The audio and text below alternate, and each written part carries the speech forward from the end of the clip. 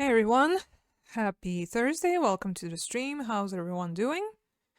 And welcome back to Phoenix Wright Ace Attorney! Who's ready to go on yet another investigation?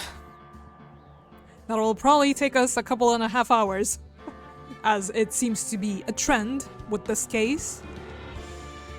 Everyone ready? Everyone brought their snacks, everyone brought copious liters of hydration, and now I am. I'm already starting, as a matter of fact. Cheers, everyone. Hey, Yash. Good to see you. What's up? How's your week so far? So, last stream, we didn't win the acquittal for Mr. Ungard. So one can only guess how things are going to continue on developing from now on. But things are looking grim, whatever will happen to Maya.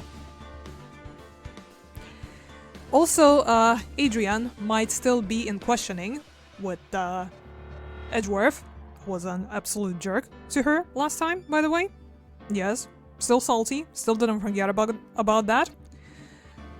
Because he finally, at the very end, noticed that she was fidgeting with a card that we have noticed in the very beginning. The very same type of card that we've seen Maya pick up as she was attempting to escape the room she was locked in.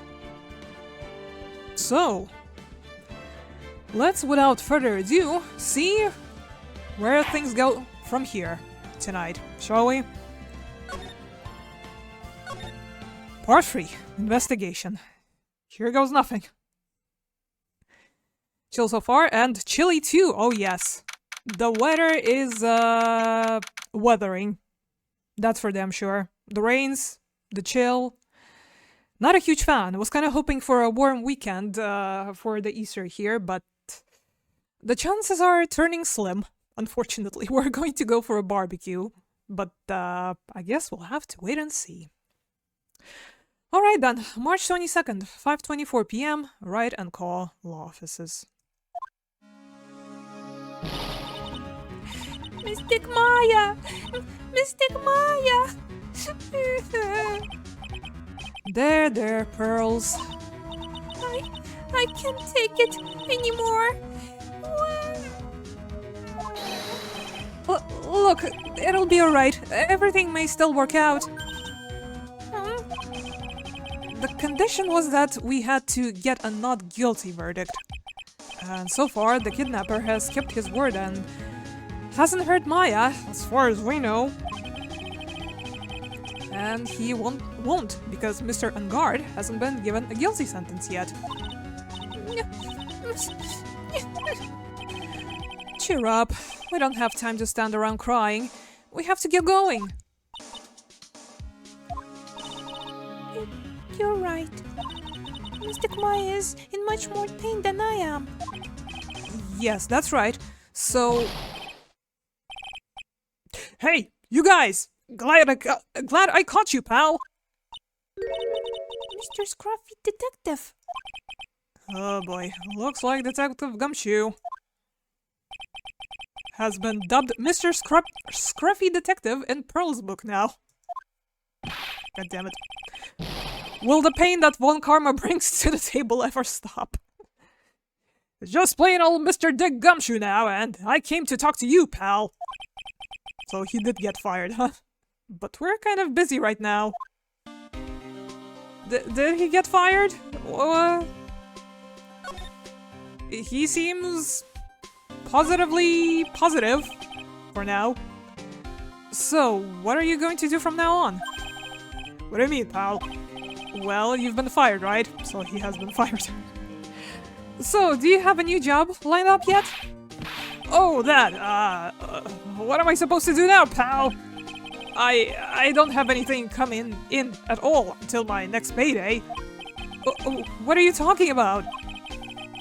You don't have another payday. The realization kicks in. I guess that means I'm just gonna have to work here at your place, pal. Say what? You'll be searching for things that will prove Mr. Ungard's innocence all day, right? Well, yeah? So yeah, I'm going to help you, pal. I've got lots of experience in investigating and watching over people's places. And I'm great at making really simple meals, pal. I'll take care of it all. Define simple meals. Come on, Mr. Nick. Let's let Mr. Scruffy Detective take care of things. Okay. By the way, what's your best dish? Instant noodles, pal! I figured that's what you... Why am I surrounded by people who only eat cheap, unhealthy foods? Edgeworth? That was the first time I've ever seen Mr. Edgeworth act like that. Never thought he'd say something like that. He didn't care if Miss Andrews killed herself. He said that. That's horrible. But because of him doing that, we got the truth finally. The truth. Miss Andrews' last testimony. I wonder if that was the truth. I'll give you that there was nothing strange in her testimony itself, but I still think there is something fundamentally wrong with the whole thing. You mean about that thing, pal? Why would she want to... No, I mean almost need to frame Mr. Engard. I couldn't figure that out from anything she said all day. Then you're saying that testimony was a lie? Not a lie per se, it just feels like there's more here than meets the eye. Or that's what Edgeworth would like us to believe. That's such a dirty trick. Even that woman prosecutor was better than that. Franziska von Karma! Speaking of Miss von Karma, do you have any more information on her condition? Wasn't she shot in the morning? Yeah, about that. Miss von Karma was shot today on the day, on the way to the trial by a pistol pal. But she's going to be fine, right? I mean, Edgeworth says she was in stable condition, but... Well, she was shot in the shoulder, so she's okay and still hanging in there. They should be done taking the bullet out, so she's probably resting at the hospital. Which one? What? Are you going to visit her, pal? No. Well, I was kind of thinking about it. Hey, you've actually got a heart, don't you? She looked like she was being tortured to death not being able to go to the trial today.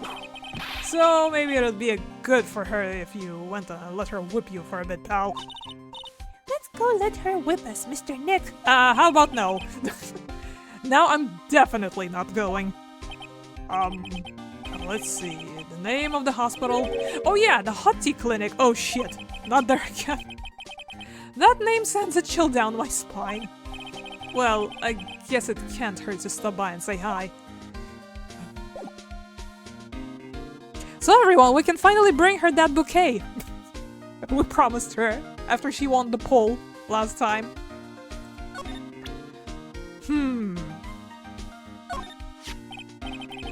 Look, it's my attorney's badge.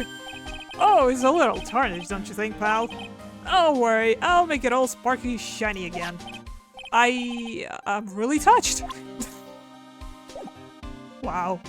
Maybe it's a good thing Gumshoe is joining the team. Is he going to comment on the office, I wonder? There's a giant building just outside the window. Is the Gatewater Hotel a high-class luxury hotel? Actually, the crime happened at the recently completed hotel in the center of town. The Gatewater Imperial Hotel. Just how far are they going to expand their empire? Nothing, huh? Well, what about Charlie? Gumshoe? You better watch it, pal. Do not torture the poor plant. It's seen enough water for one lifetime. Hey, it's wilting a little. I'll give it some delicious water, pal. There he goes. It's okay. I already did that. The watering can. Where are you, Mr. Watering Can? Did he just call the watering can Mr.? Yep. Fits perfectly with the crew. This is the, Nickel Samurai, right? Yeah, that's right. Mr. Nick, please take care of Mystic Maya and be her nickel samurai, alright? Doing my best, Pearls. Difficult-looking legal books stand in a formidable role. They mock me. Oh, do you need to look something up in one of those law books, Mr. Nick? Which book is it? Which book do you need? I can't read those hard books, and I can't reach them either. But I can read and I'm tall, pal. Please stop competing with an 8-year-old. It's disturbing. I don't know. Gumshoe is young at heart. In he. My desk. Since I don't have time to sit, it's unusually clean. Oh, I cleaned it up if even more for you last night. But I can't get it even more cleaner, pal. That's for the toilet. What a mess. Literally. Well, it's a good thing we checked. All of these new interactions. Anything else we can talk about in regards to any of this crap? So, this Nickel Samurai was really Miss Andrews, huh? Yeah, this is either when she went to Mr. Engard's room to get the knife, or when she was done with the foul deed, but I guess we'll never know now. Knife? Who would have thought that this knife Mr. Engard used to eat his dinner steak with? Go on. That it would be stabbed into a victim's body by Miss Andrews, of all people. I guess she just hated the victim that much, huh, pal? The question isn't why she hated the victim to that extent, but rather, why she tried to pin the murder on Mr. Engard. I wonder if she really hates Mr. Engard. Anything else? Could you please take a look at this? I can't think of anything to say about this, pal. Why don't you make us some instant noodles instead? That's okay, really. No, please do! Two children competing with each other. Yep. That's the dynamic we're getting here. Nope, just instant noodles? What about the button? When I saw that button, I thought to myself, this is gonna prove Mr. Engard's guilty. But it looks like there was a lot more to it than I thought, huh, pal? You're a pro. You should know better than to say something like that. Well, I'm not a cop anymore, just a regular helper around the office now, so... I wonder if he misses working down at the precinct. I wonder that too. Let's see. Could you please take a look at this? No? Okay. Noodles instead. That's fine. Nothing about the glass. Nothing about the case that we've discussed at such length. The map, the article. Nope. Just gotta make sure we cover all our bases. Is all. Haven't received a call on this thing for a while. Have you heard anything from the kidnapper? No, not yet. I'm sure once he hears what happened at the trial today, he'll call, pal. Remember, you can't provoke him when you get to talk to him. Please take a look at this. No. Oh, okay. Nope. Not going to comment on Nickel Samurai and his rising popularity in more ways than one. Okay, what about her? My impression of her has totally changed, pal. So where is she right now? I'm sure she's being questioned down at the precinct. At the very least about messing with the body and obstructing the investigation. And she's probably be staying over at the detention center. The detention center, huh? Think about her? She was Miss Adrian Andrews' mentor. Because of the suicide of the mentor she depended on. Adrian Andrews tried to follow her in an attempted suicide. Now the question is, who is Miss Andrews relying on now?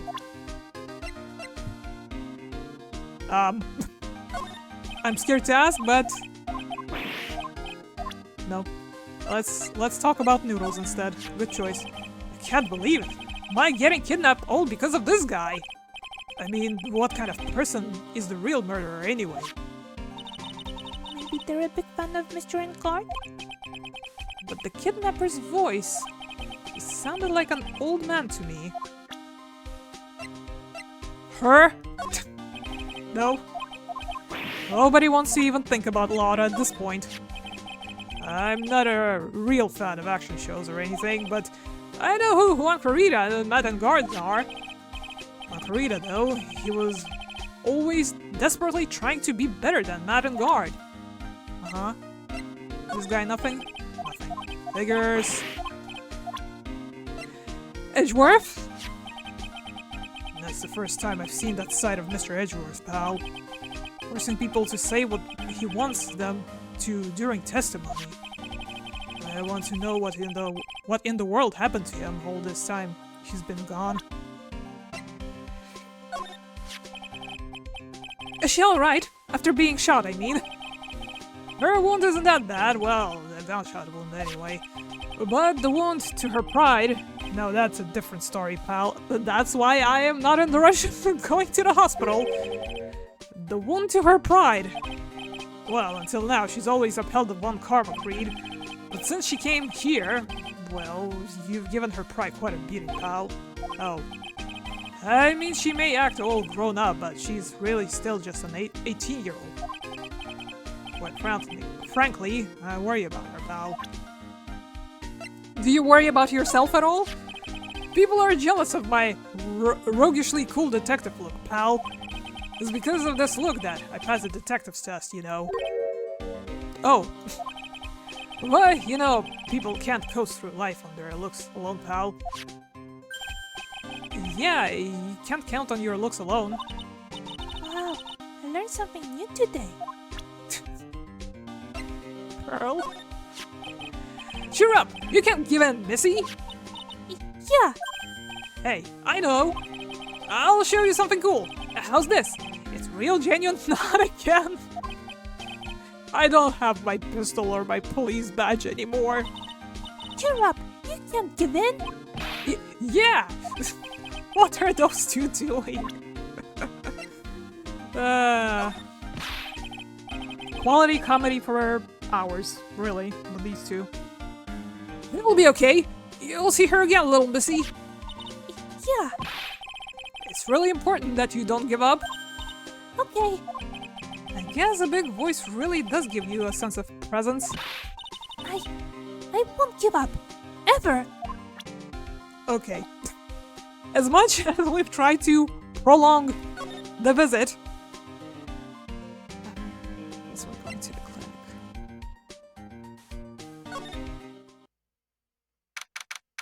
Welcome back to the clinic. I hope the doctor, big quotation marks, is not in.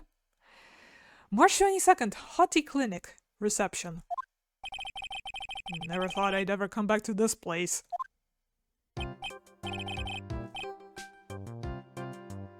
Fuck's sake. Yes. Are you here to visit a patient? Hi. Wait a second, you're... Yes, I'm Director Hottie. Oh, why are you still here? Yes. What is it? Can I help you?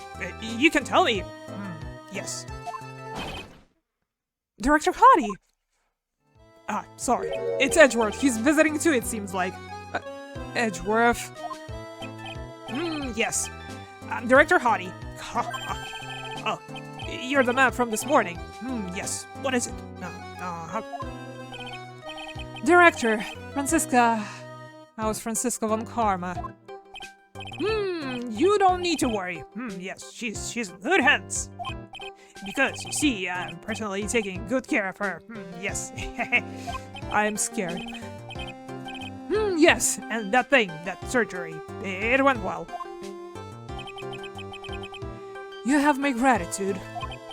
It looks like Edgeworth doesn't know about this director and his secret. She looked so pitiful, absolutely terrified. Yes.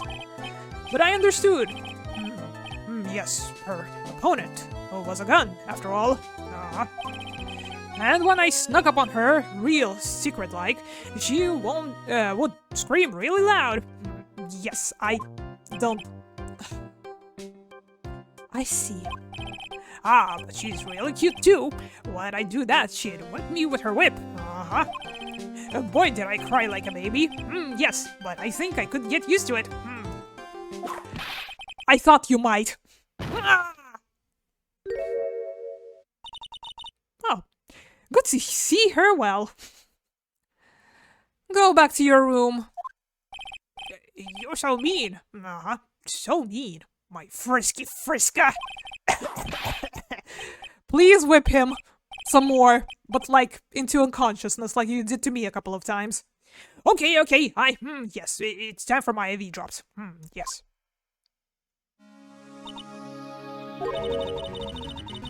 And what are those tulips doing in your hands, Mr. Phoenix Wright? I knew I shouldn't have come here.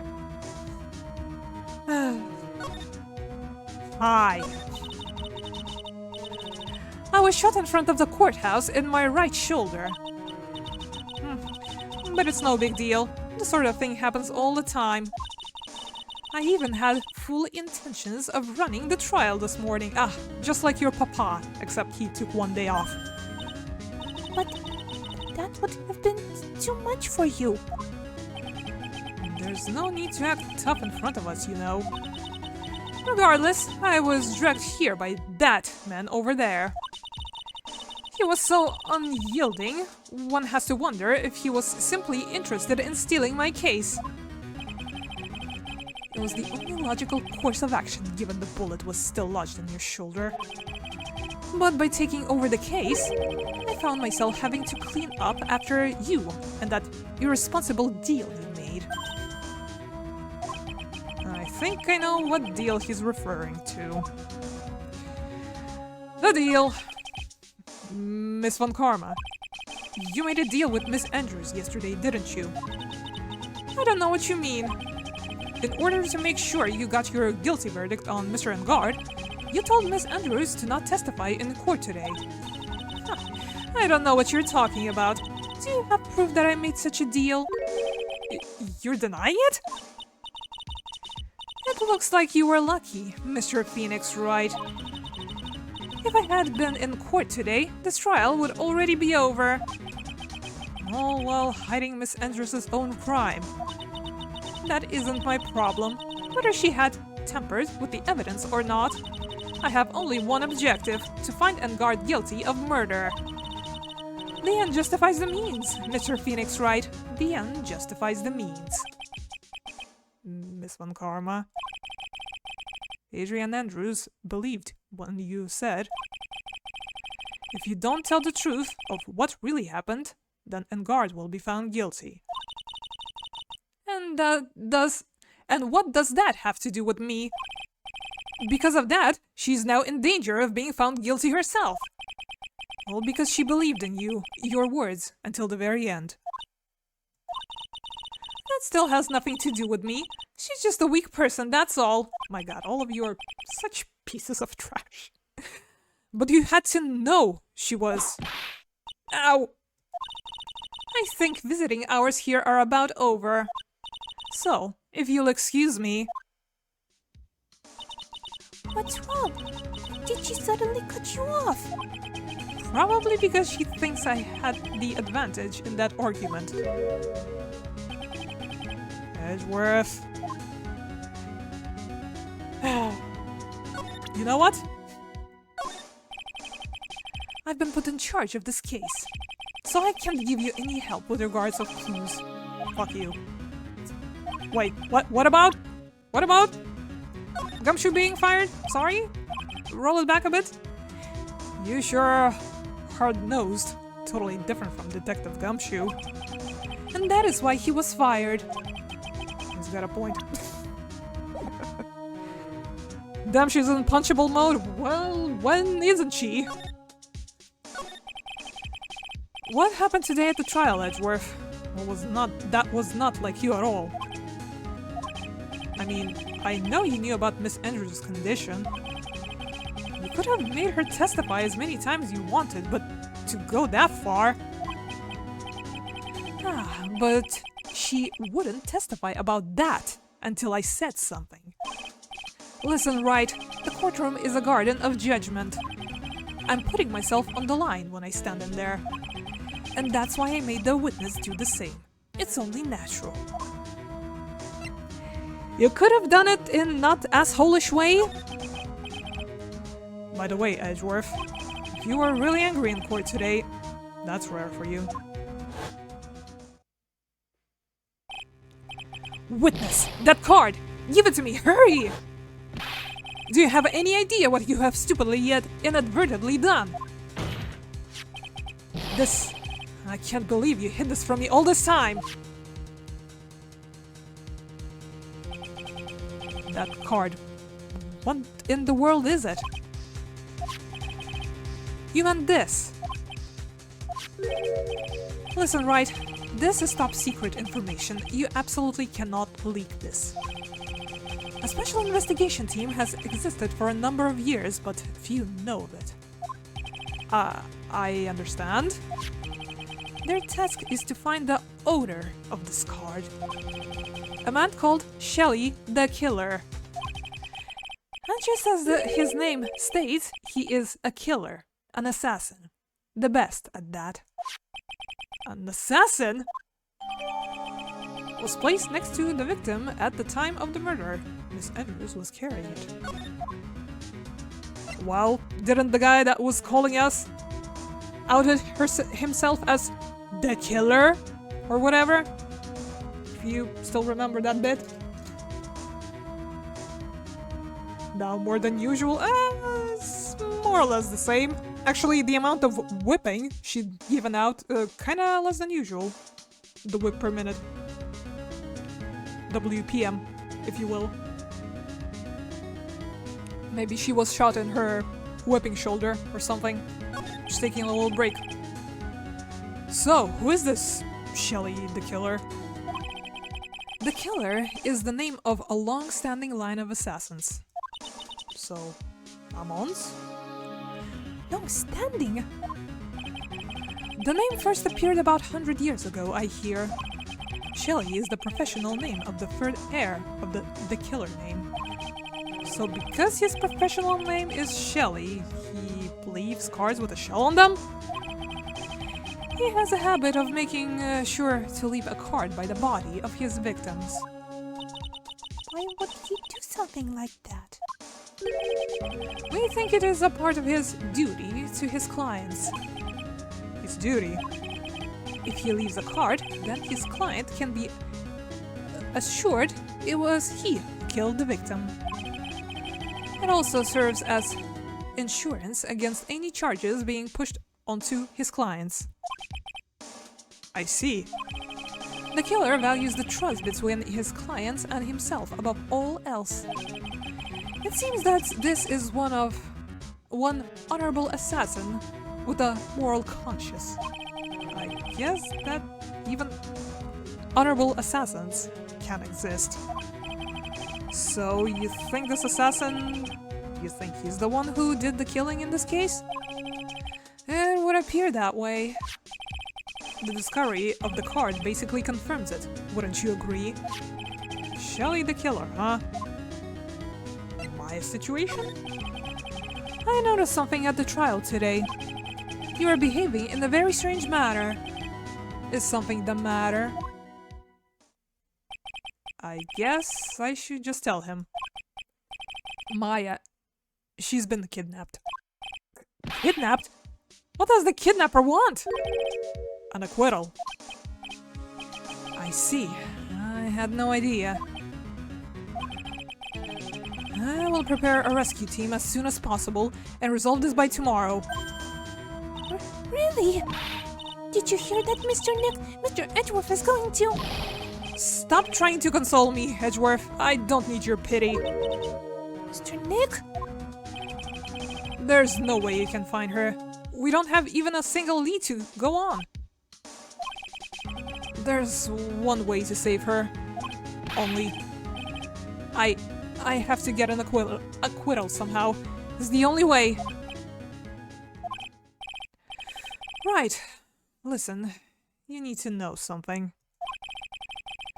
Juan Corrida was killed by Shelly the Killer. And the client who ordered the job is Matt Engard, your own client. Please stop. I can't listen to you. I can't believe that. I see. Well, if you want to continue your investigation, you will need this. What is this? The hotel right now is restricted to police personnel only, as we are looking for any clues that might lead us to Shelly the Killer. But if you take this with you to the hotel, I'm sure they will let you enter. Receipt from Edgeworth allows bearer to freely investigate the crime scene. In any case, I must attend to the preparations for my rescue team. We'll meet again if anything should happen. Now, if you'll excuse me. Mr. Nick, do you think Mr. Engard hired an assassin? No way! I mean, he doesn't have a psyche lock. Yeah, I guess not. Maya. Please, all I ask is you make it home safe and sound.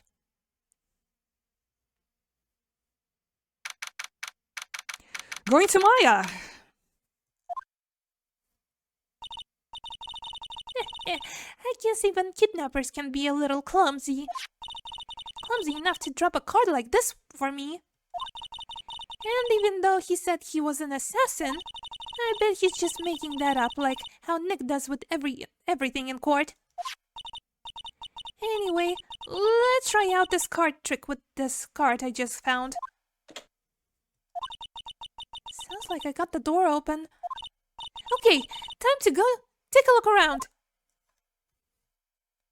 So, if he left the calling card there, does it mean he was expecting her to starve to death? That's his assassination plan for this one, perhaps? There's all sorts of things piled up here, but it's too dark to see. What are these things? What's this? It feels like there's a lot of glass bottles here. And these... they feel like the barrels. I'll pass. Too bad I'm really hungry and not really thirsty. Well, at least he's been giving her water. I guess. Thanks, Shelly. I've unlocked the door with this card. Should probably go and take a look around. Uh-huh. Well, would you? Would you move? Question marks. Date, time, location still unknown. There. What is this place? I got a feeling I'm not in the hotel anymore. Those videos... or are those videos over there? Well, I'll worry about that later. For now, I should be looking for clues.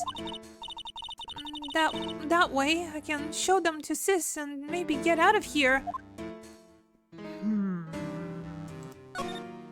Where do we even start? This massive freaking TV?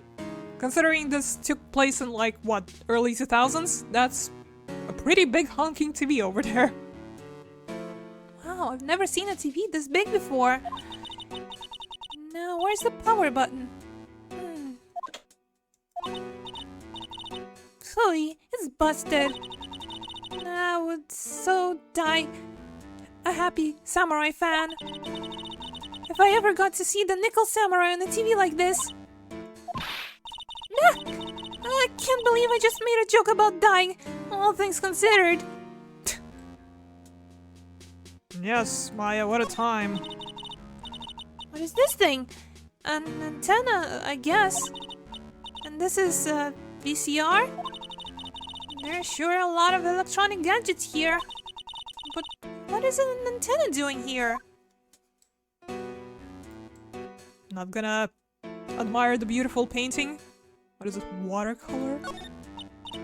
Oh, hey, It's a computer. Well, I actually clicked on a chair, but okay. I've never really used one before.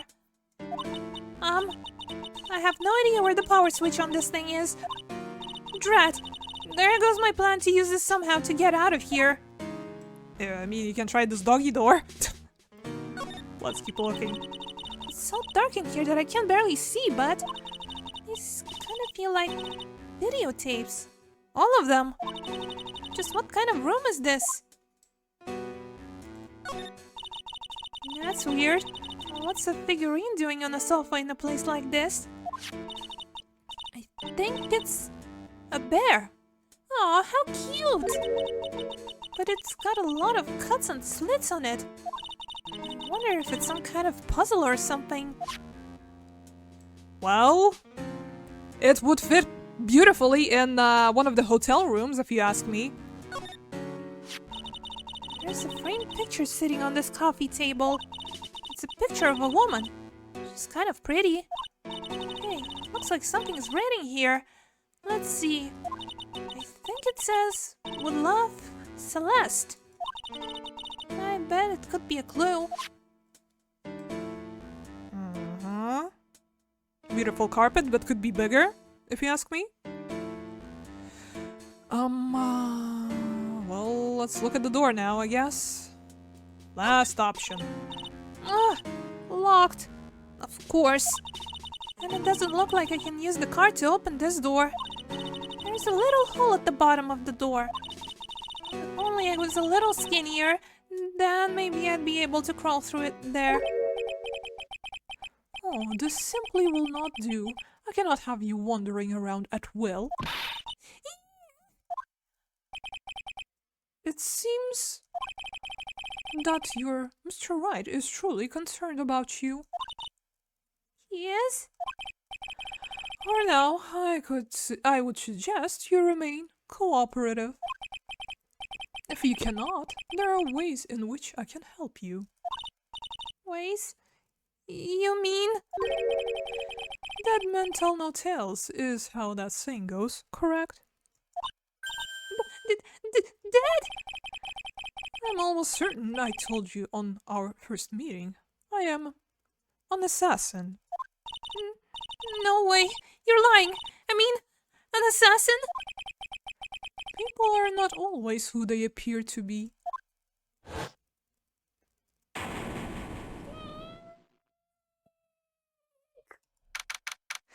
March 22nd, 7:04 p.m. Hottie Clinic reception.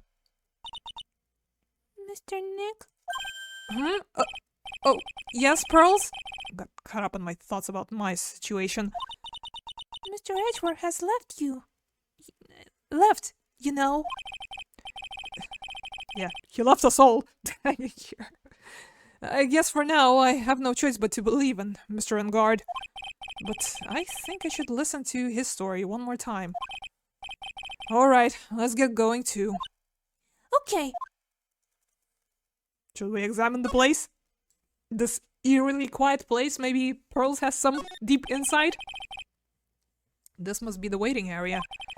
It's got the feeling of one and... It's got a feeling of one, and there are sofas lined up. But I don't see all that many patients. No, I shouldn't have.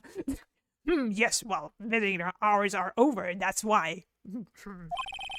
It's time for nightly consultations to begin. Mine, that is. Isn't there anyone keeping an eye on this guy? Von Karma! Your patient has escaped. I wonder where that door, way down there leads to. Oh, that's the X-ray room. Yes.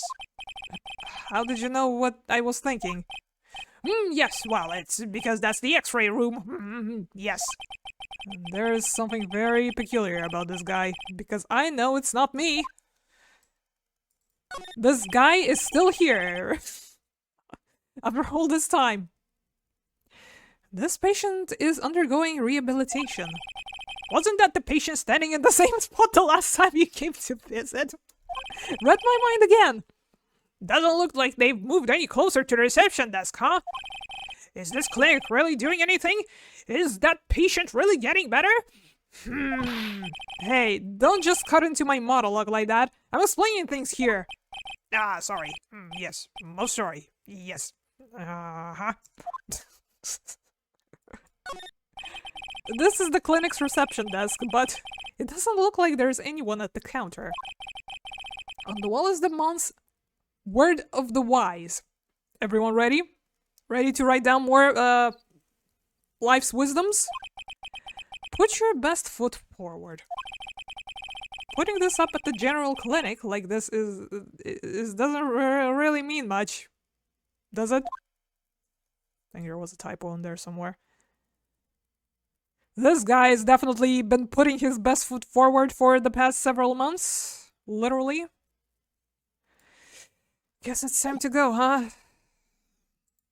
He's probably relative to that card. Back to the offices.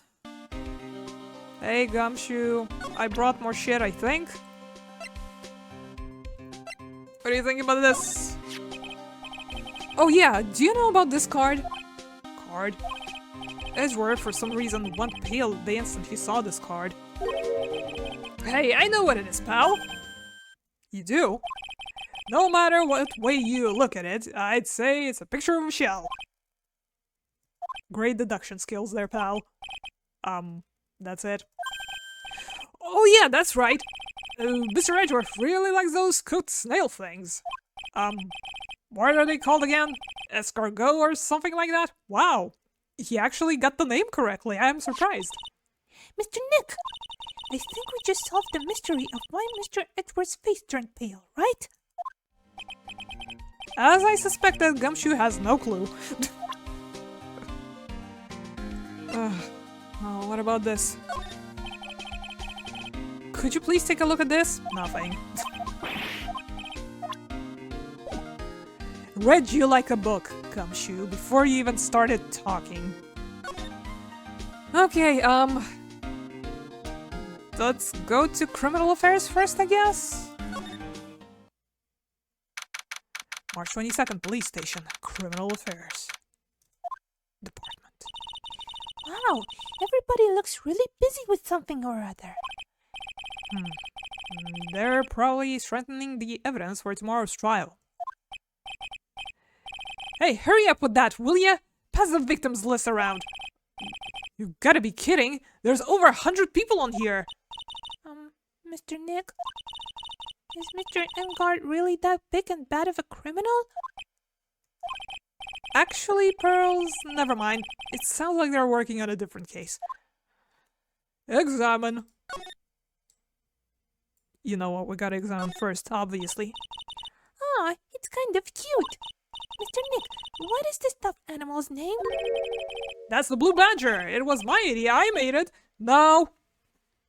It was Gumshoe's. Did you ever pay him for the license? It's a precinct's mascot, you know. Oh, wow. I'll get him a signed mascot of every police station if that's the last thing I do. I hope you succeed in your mission, sir. Okay, what is he looking at now? This must be the chief of detectives here. He's glued to his computer screen. What? Prosecutor von Karma was shot in front of the courthouse? Who did it? Who shot her? I have a sneaking suspicion that even Gumshoe could do this job. This guy's job. Yep. What about you? That must be one of the detectives. He's mumbling something to himself. Very well. Now, why did you want to work for our company? Well, that would have to be because I feel I would like to help this company grow. He must be doing image training for corporate interviews. Here are detectives' desks. There are computers and files on each one. Funny, there's a lot. They are a lot tighter than I expected. I guess the detectives don't spend a lot of time at their desks. Yep, we've heard that a million times before. How's the calendar doing? A poster of a female police officer. Wait, no. That's the latest Babes in Uniform calendar. My bad. Anyone we could talk to in here? Go somewhere? I guess detention center. Let's go to talk to the Mr. I definitely didn't do it guy. March 22nd, detention center, visitor's room. I'm sorry, but visiting hours are over for today. Aw. I have too many questions I need to ask. I'm sorry, but I'm Phoenix Wright, a lawyer for one of the... You're Mr. Wright, you say? Oh, yeah, there's a message for you. A message? It's from Madam Guard. Here you are. What did you write? Is it something really important? I don't know. Well, let's see what it has to say. To Mr. Lawyer Dude, I've got something really important to tell you. Why do you feel uneasy all of a sudden?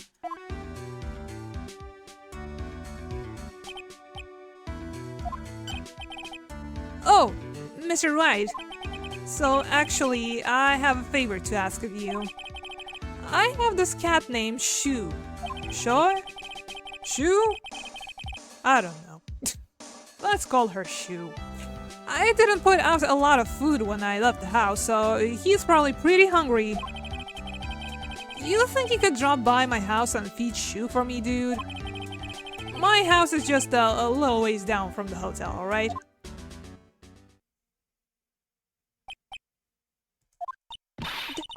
This is terrible! Let's hurry! We have to feed his cat! I'm sure poor Shoo's stomach is growling by now. Yeah, I guess. Hey, feeding cats is important, okay? Otherwise, they'll tear his place down. Please feed my cat, Shoo. My house is just ways down from the hotel.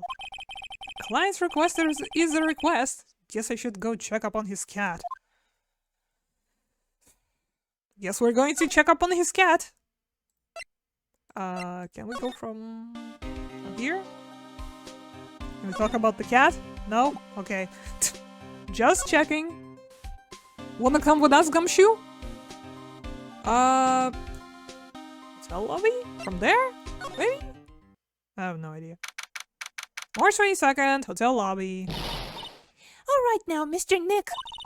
Let's go look for clues. We have to for Mr. Maya's sake. Is it old bag again?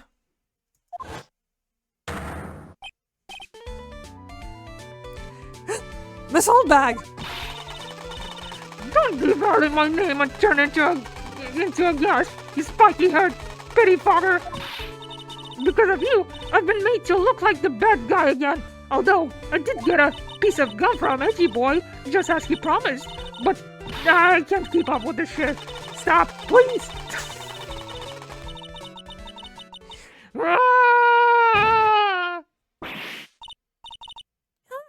Miss Oldbag! Keep your hands off of me! This helmet is airtight. No air gets in on it, or any air gets out. Then why do you keep putting it on? Don't think you can get me to move with silly questions. You're going to have to defeat me if you want to get by. I'm not hearing this. Well, I got just the thing. Just the weapon. Could you please take a look at this? Sorry, Sonny. I can see you very well through this helmet. Looks like the way I'm going to get any... no investigation done.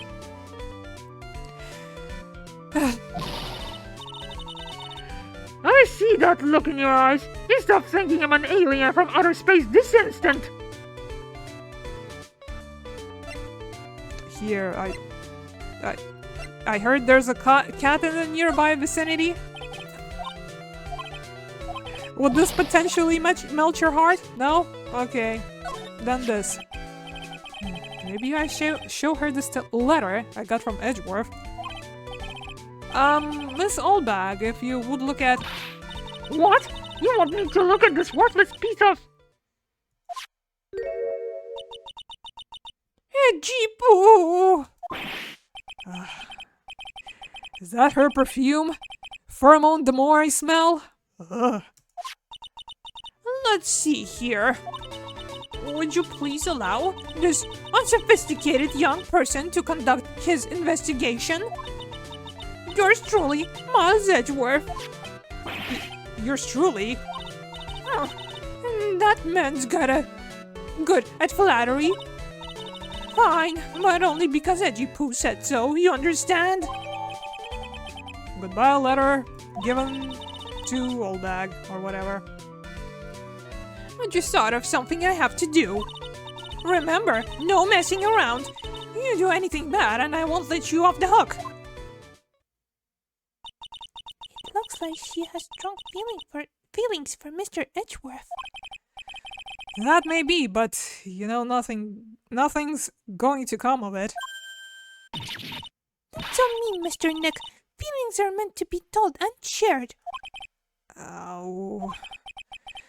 Every time we talk about love, I always end up with a handprint on my face somehow. So anyway, let's continue our investigation. Okay. Stop, please. What? What now? One little thing before I forget. You can't go into Enguard's room today. Why? The police's main investigation team is going to be in there all day, you hear? I wonder if there's a team in charge of investigating the killer. Don't go in there! Set one foot in there and you'll face the wrath of Wendy Oldbag! Noted.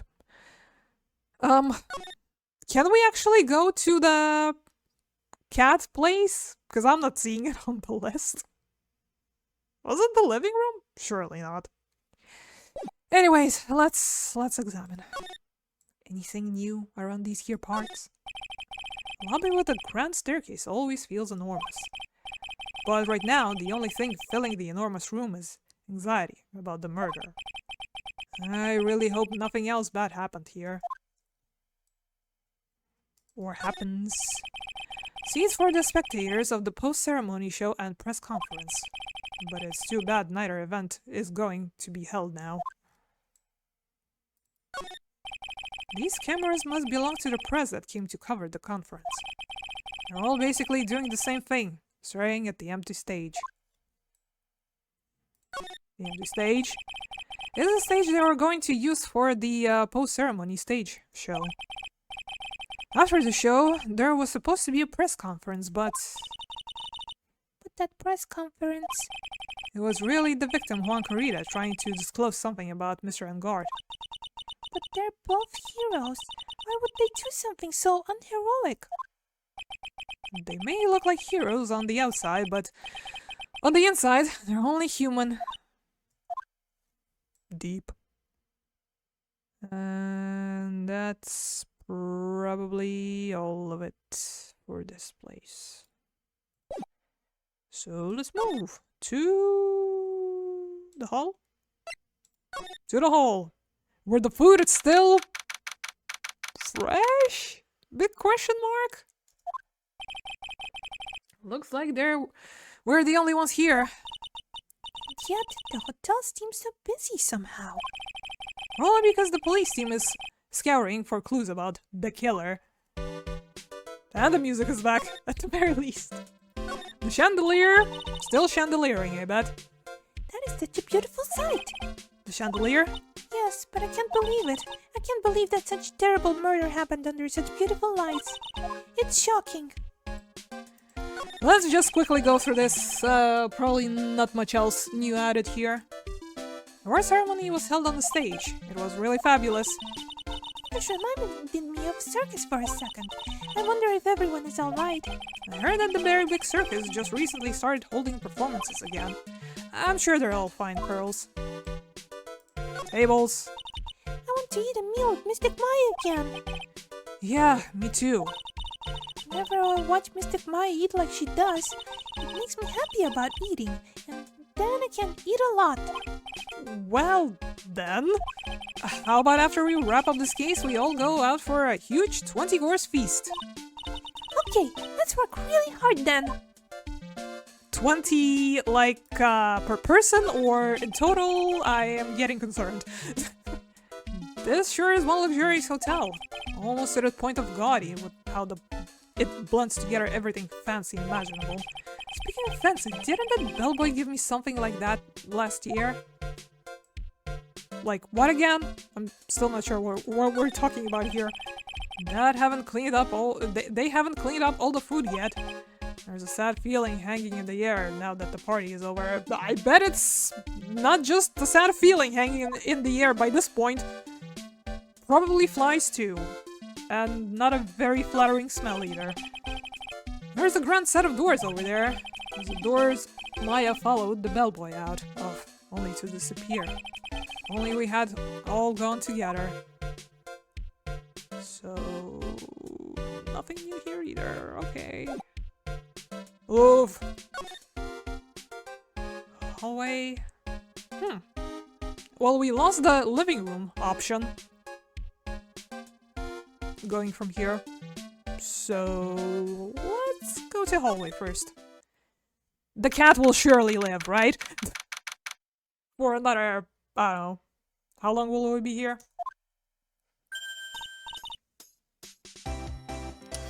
Still here, huh?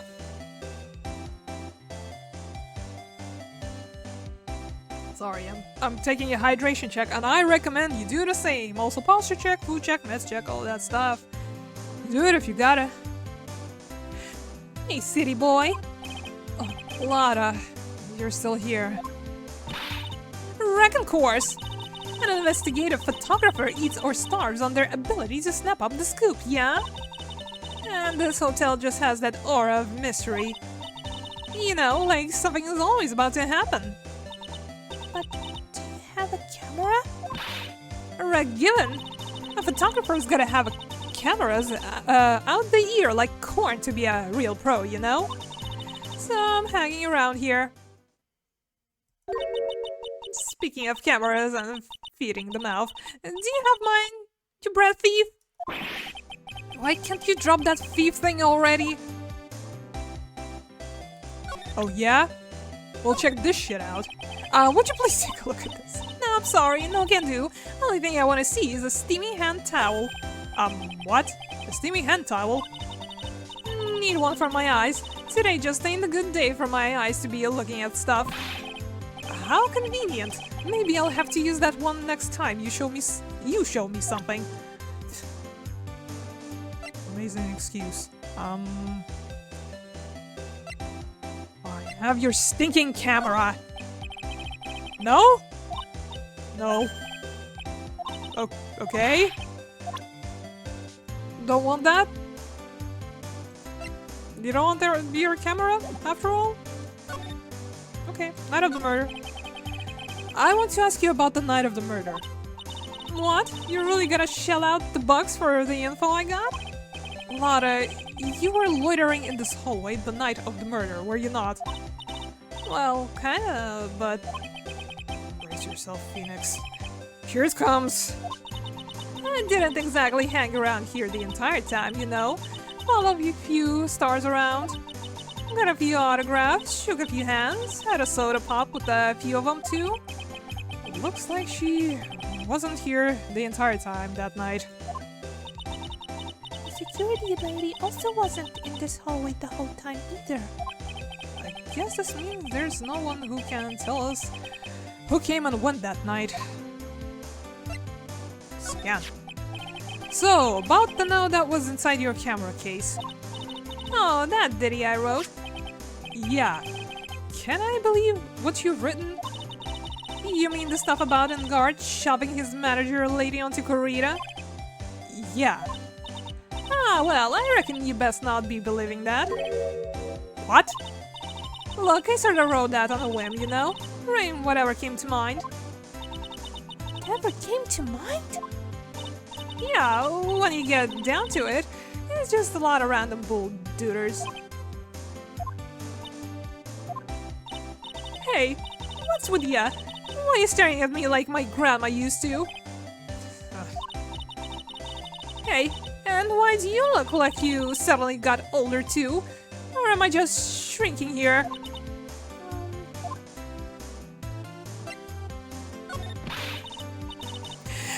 My baby! It's $1,600, baby. That's why that red-coated prosecutor... What's with that red-coated prosecutor anyhow? The guy told me it was evidence and refused to give it back to me. Well, that's kind of how it is. Hey, you're that redcoat's friend, aren't you? So put in the good words for me and get me back my camera. You want me to do that? Listen, knock the guy real good for about 5 hours and I guarantee he'll give it back. Why don't you do your own dirty work? Well, I reckon it's time for me to get going. A tabloid photographer without a camera is just a tabloid, huh? Yeah, I guess so. Keep yourselves together out there, you hear? I'm coming to see you in court tomorrow. No, please don't. Okay, I'll see you then. And you too there, little one. Keep up the good work, okay? Okay. Don't be picky about your food now. Okay. And make sure you do all your homework, you hear? Okay. And if you happen to find yourself a camera, make sure you bring it... Would you please just leave us already? My god. Examine. There are toilets in each room in the hotel, but since all sorts of events are held here, there are bathrooms for people who aren't staying here to use as well. Perfect for people like me who can't afford to stay here in the first place. Is Phoenix finally going to go this? He's been holding it this whole time. To Mr. Angard from the Global Studio staff. It would be nice if lawyers got flowers too.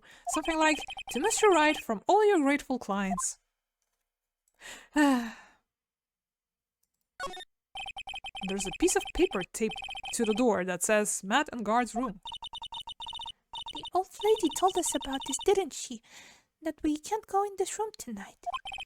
I wonder if any investigation briefing is going on right now, inside, without Detective Gumshoe. Sob. Compared to the flowers on the other side of the hole, these are much more gorgeous. Let's see, record companies, fan clubs, company workers, family. Carrying all these flowers home would be hard, I think.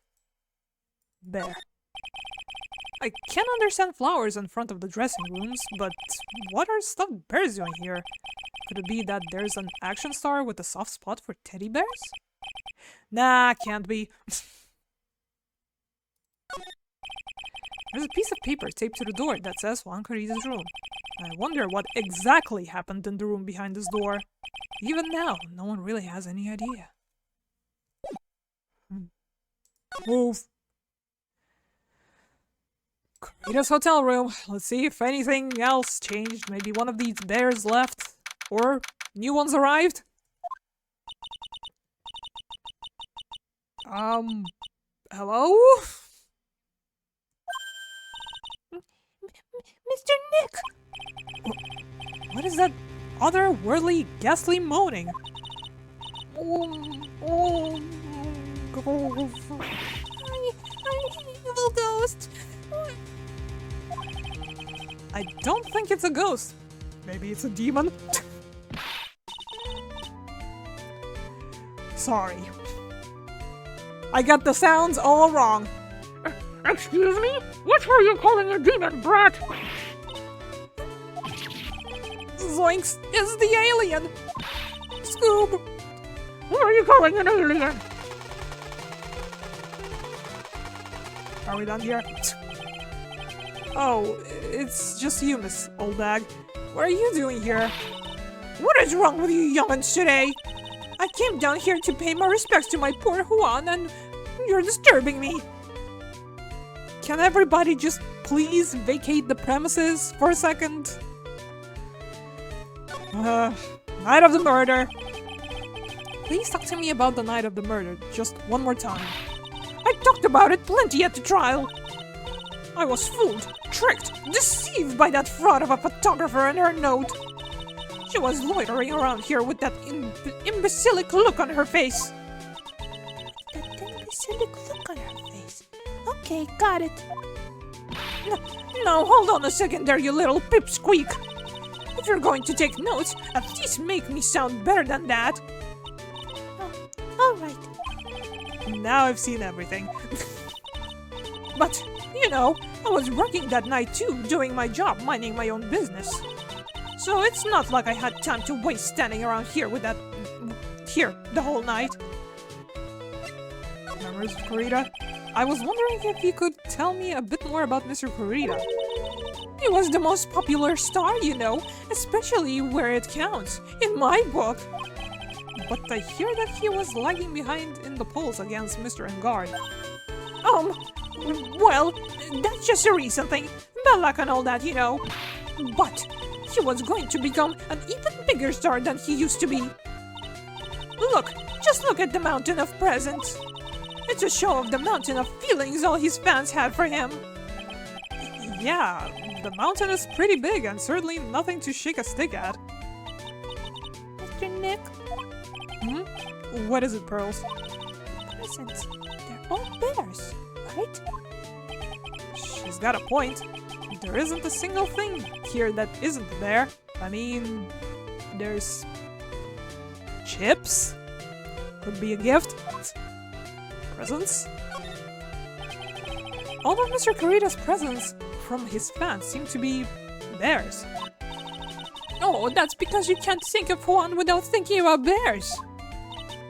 Bears? Why bears? You don't know? When my dear Juan was training, he fought barehanded with a bear. Really now. He refused to give in and let the bear win, but after the fight, they became friends. Wow, what a heartwarming story. Look, it's just like in those young people's dramas. I can see those two tuckered out, down by a river going, you sure can fight. You too, Bob, you too. Did all that really happen?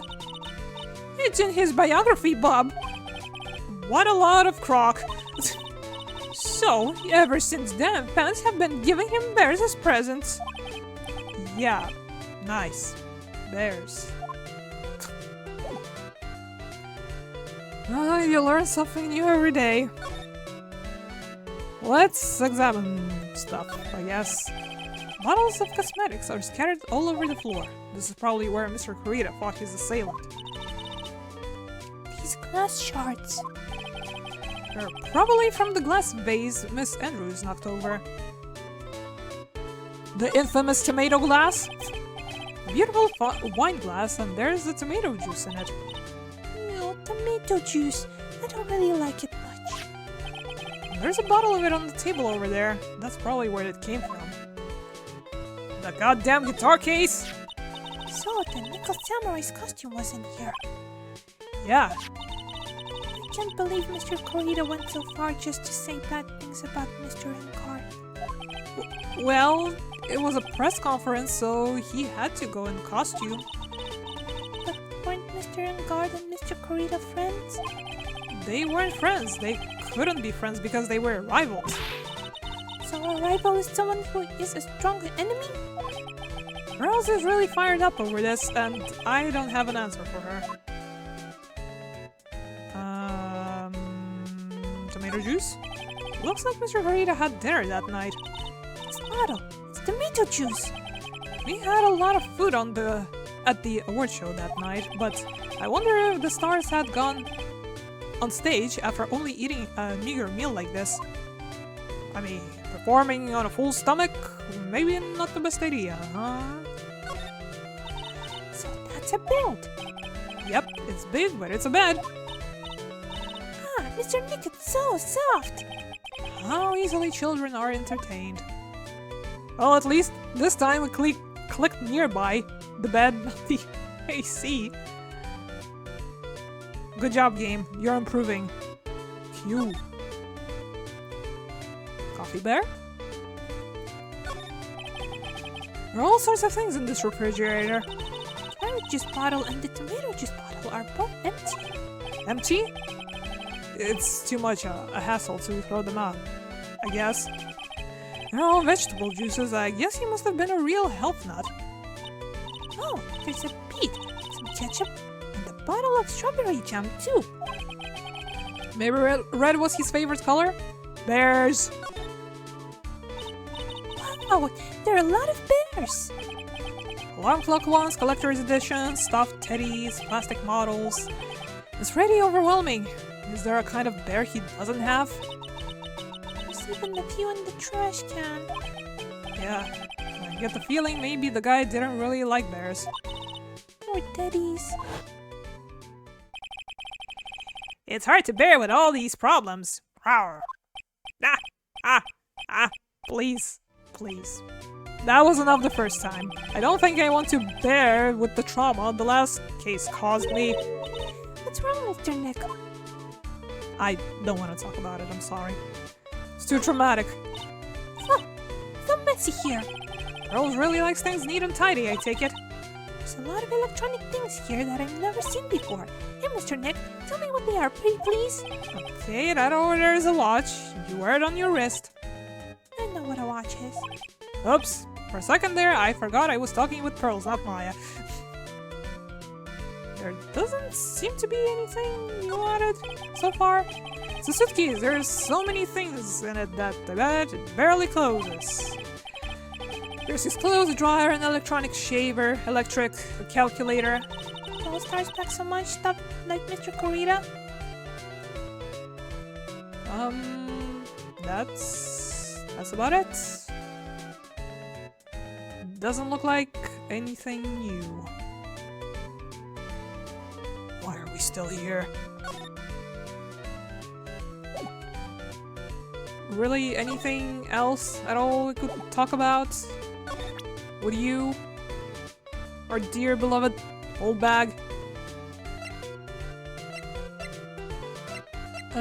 About her. I don't have anything to say to delinquents like you. She's climbing up like the old clam she is. Please, anything would be helpful. Well then, how about I tell you my measurements? Stop! Enough of that. Please. Have we ever asked her about him? Nope. Their hate-hate relationship? What about that Mr. in the red coat? No? Still nothing?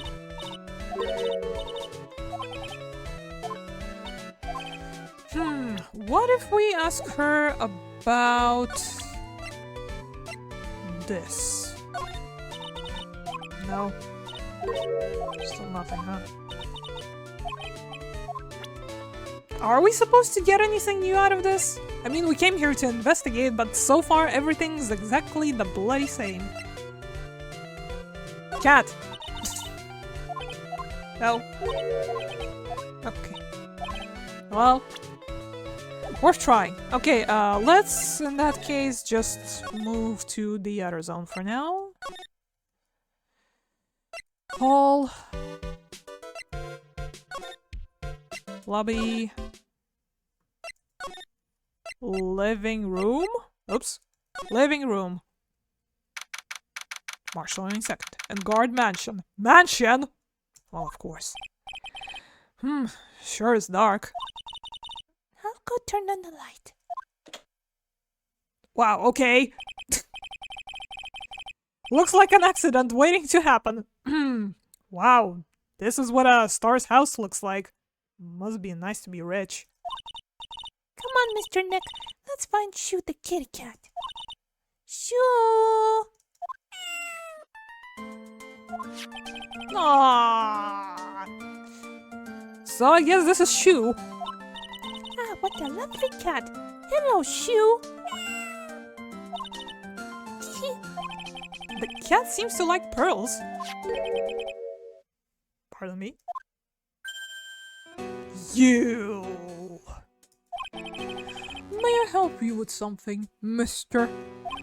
Oh, we're lawyers, actually. I'm Mr. Enguard's lawyer. The master's... Then you must be Mr. Wright. Yes? Ah, it's a pleasure to meet you, your wonderful self. You don't recognize his voice or anything? I'm the family butler, John Doe. Oh, how generic of you, Mr. Doe. Nice to meet you.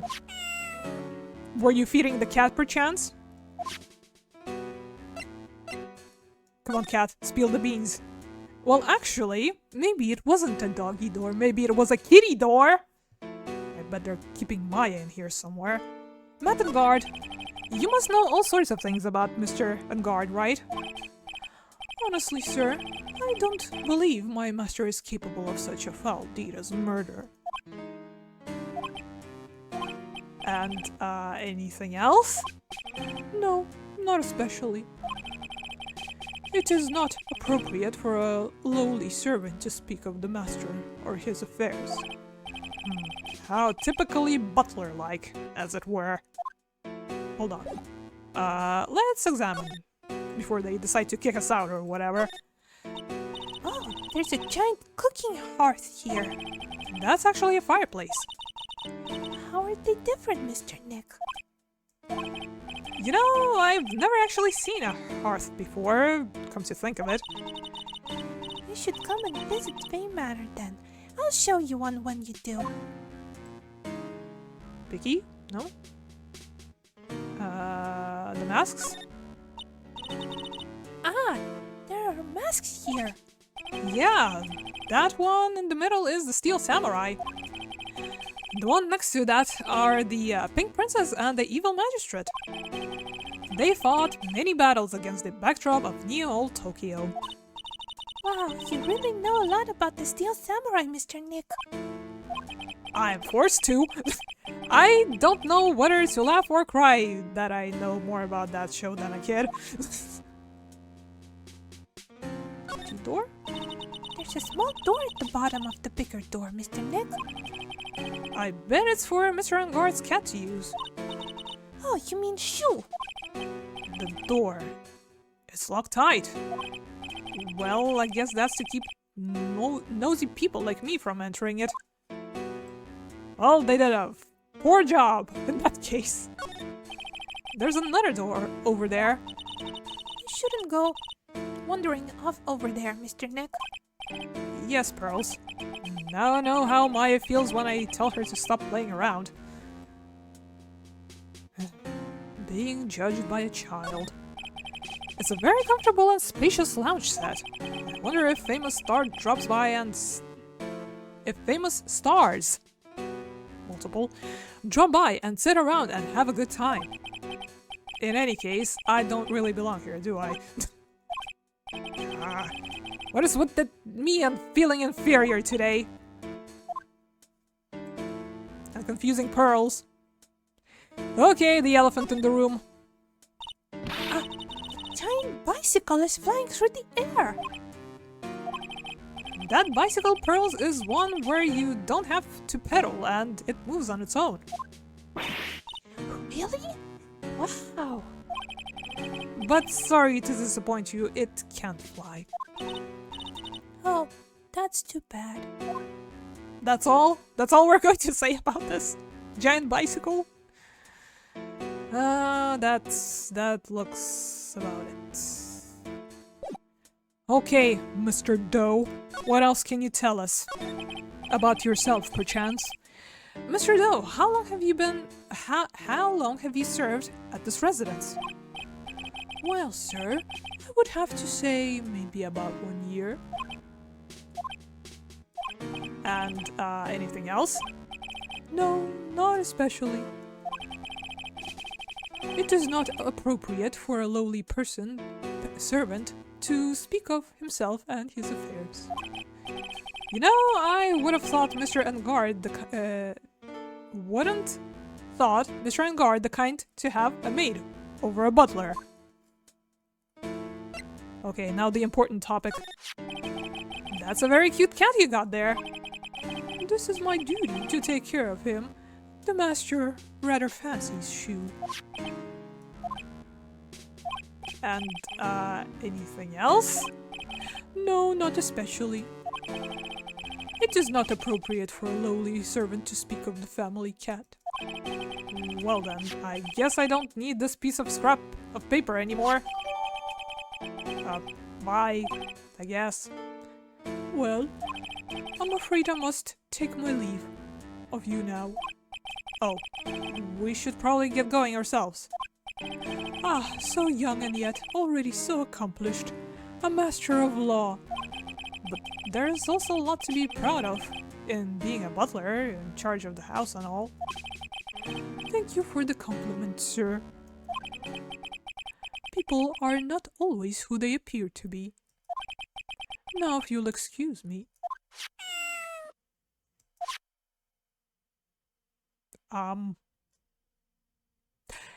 we adopt Shu? I don't think this is a good place for the cat to be. Imagine if it starts crawling all over the bike and fall and hurt itself. My heart will break. Anything else at all? I don't believe we've got anything good out of this. Well, other than seeing the cat. Yep, Fey Manor. Don't think we can do anything else here. Can we? Those heads are a bit strange here. The masks, you mean?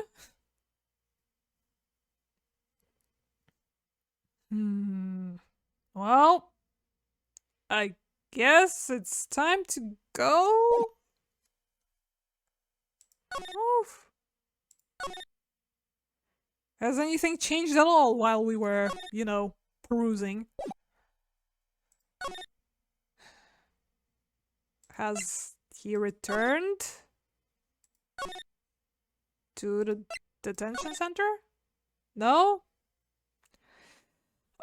Don't tell me we have to talk to Old Bag. No.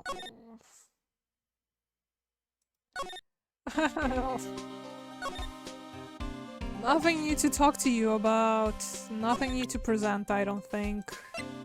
Nope. Everything's old, old, old. Much like the bag. The heck am I supposed to talk to her about? Again.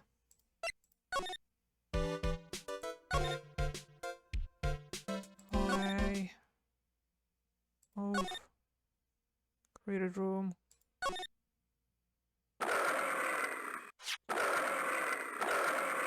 I'm Uncle Bear, and I say it's barely 8 o'clock. What is that infernal racket? It's one of the presents going off. Sounds like it's already 8 p.m. Way past your bedtime. That startled me. I thought I was going to die for a second. 8 p.m. That's the time when the award ceremony ended that night, remember? Time sure flies. Hard to believe it's been 2 days since the ceremony.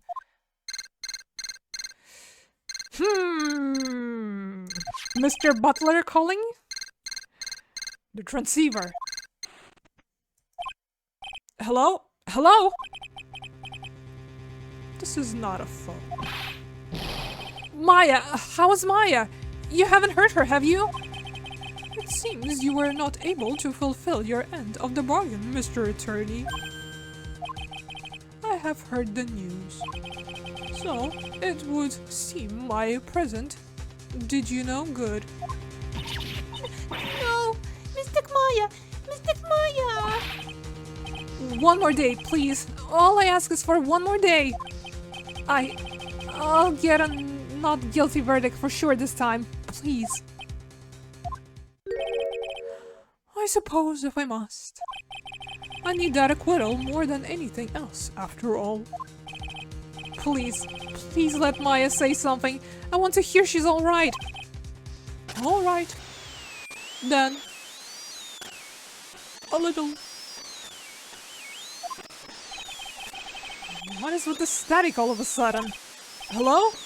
Hello? It seems bad. Connect. Damn it.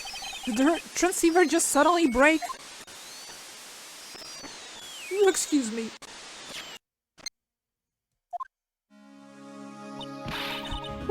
What happened? I don't know. All of a sudden it became nothing but static.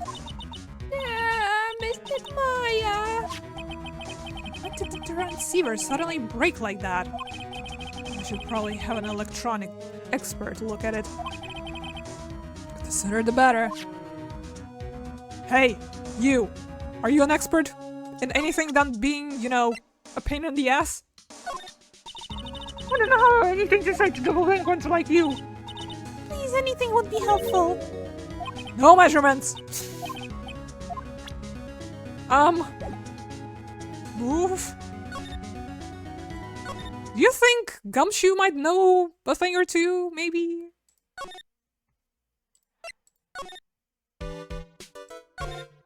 What are the odds? Maybe... Maybe they're back? Nope.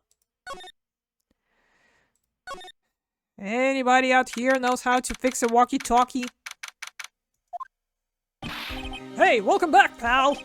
I thought I'd make you a little something for dinner. That's nice. Thanks. A rich man's luxurious full-course meal. Out of a can, that is. I'm sorry you went through all the trouble to cook, but I don't have the time to eat. Oops, looks like you didn't have a can opener, pal. You've got to be kidding. I'm sure I thought he had already whipped something up. Oh, I know. There's one way I know how to be helpful. Ask me about anything you want, pal. Go ahead. Well, since he's here and offering, I wonder what I should try asking him about. How was your day, Gumshoe? Nothing new here. This shit. It broke. The transceiver. Oh, Mr. Nick, you should ask if Mr. Scruffy Detective. You should ask Mr. Scruffy Detective about that thing. Why do I keep adding extra words today? What thing? Oh yeah, this thing just up and broke all of a sudden. It broke, pal? When I was talking to the kidnapper, it just suddenly broke into static. Look, it sounded like this.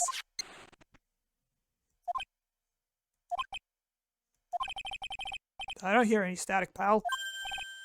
Huh? Maybe it fixed itself. That's strange. I'm sure it was making a loud static noise. Maybe... Maybe what? Maybe there was electromagnetic interference, pal. Electromagnetic interference? Somebody EMP'd my radio transceiver? Goddamn Sombra! So what is electromagnetic interference? It's something that happens when a radio wave gets mixed up with another signal, pal. Oh, when you put it that way. I don't understand what you're talking about. Like, for example, when a cell phone goes off next to a computer screen, the stuff on the screen gets kind of fuzzy and starts acting funny, right? Huh? Computer? It's like when you use the dryer. Sorry. It's like you use the dryer next to the TV and the screen starts looking weird. Oh yes, the TV does do that. Oh, that's what you're talking about. She seems amazingly happy at being able to understand this. So the room you were in when that interference to the receiver happened. There's gotta be something there that's sending out very strong radio waves, pal. Something like a listening device or something. Ah! Hey, speaking of that, where were you when it happened? We were in Mr. Corito's room. The scene of the murder. What? That's it. I'm going to sneak into the precinct and get a bug sweeper. I'll meet you at the crime scene later, alright, pal? Ah, wait, Gumshoe? Oh yeah, baby, it's investigating time. I'm on fire, pal. My fingers are itching to go. Yeah! We should be going too, Mr. Nick. Alright, let's go. Ads. It's okay. everyone who's not in as well, why don't you, I don't know, have a little sippy? Have a little stretchy? And then we're going back to the crime scene. How many times have we visited it today already? Work's never done. Welcome back from the ads. I don't know how much you missed, Yesh, but we are going back to the crime scene. And Gumshoe is very enthusiastic to be there as well. Hallway. Corrido's room. March 22nd, Gateway Hotel, Corrido's hotel room. Hey, you're finally here, pal! Sorry to keep you waiting, we had ads. Do you have the, bug sweeper? Well, you see, I got busted trying to sneak in, pal. Suddenly, I'm staring at the precinct doors. From the outside, I mean. So, yeah, I couldn't get one of the police bug sweepers. What do you mean you couldn't get one? We need that item! Hey, calm down, pal. I didn't say I didn't get one, just not the police's. Wow, so this is a bug sweeper. It looks a little broken. Hey, this was made when I was in elementary school, pal. Oh? By whom? Me, of course! Seeing this sure brings back memories. Hey, don't look down on it, pal. Sure, it looks a little beat up, but I put my heart and soul into building this puppy here. Heart and soul? It'll work, trust me, pal. It'll do the job, but you can't set the sensitivity. So it's going to beep at anything that gives off electromagnetic waves. But isn't it better that way? Well, anyway, since I brought it all this way, might as well give it a whirl, right, pal? I'm getting that sinking feeling again. Okay, now I'll tell you how to use this baby. There is a listening device or some other sort of bug hidden in this room, pal. So we're going to find it, right? Right, now, first let's turn the sweeper on. Next, move the sweeper around to give the room a real thorough look-see, pal. The sweeper will let you know how strong of a signal it's picking up, so keep an eye on it, okay? Once you find something that's giving off a lot of radio waves, press enter to lock onto it. There's a lot of things here that's going to give off radio waves, so let's take a good look at everything and everything that seems suspicious, okay, pal? Alright, I'm going to go stand outside and keep an eye out. Give me a yell if you find the bug. Got it, pal? Okay! Another new mechanic, huh? Beep, beep. A lamp! Very suspicious. Lamp, check. Listening device, nope. There are a lot of lamps in this room, aren't there, Mr. Nick? Yeah. And they're all on. You shouldn't do that, Mr. Nick. Don't you know that's wasteful? Yeah. I'll be more conscientious from now on. Sorry. No! I will click on every lamp! What if a bug isn't one of them? I bet it's hidden in one of the bears.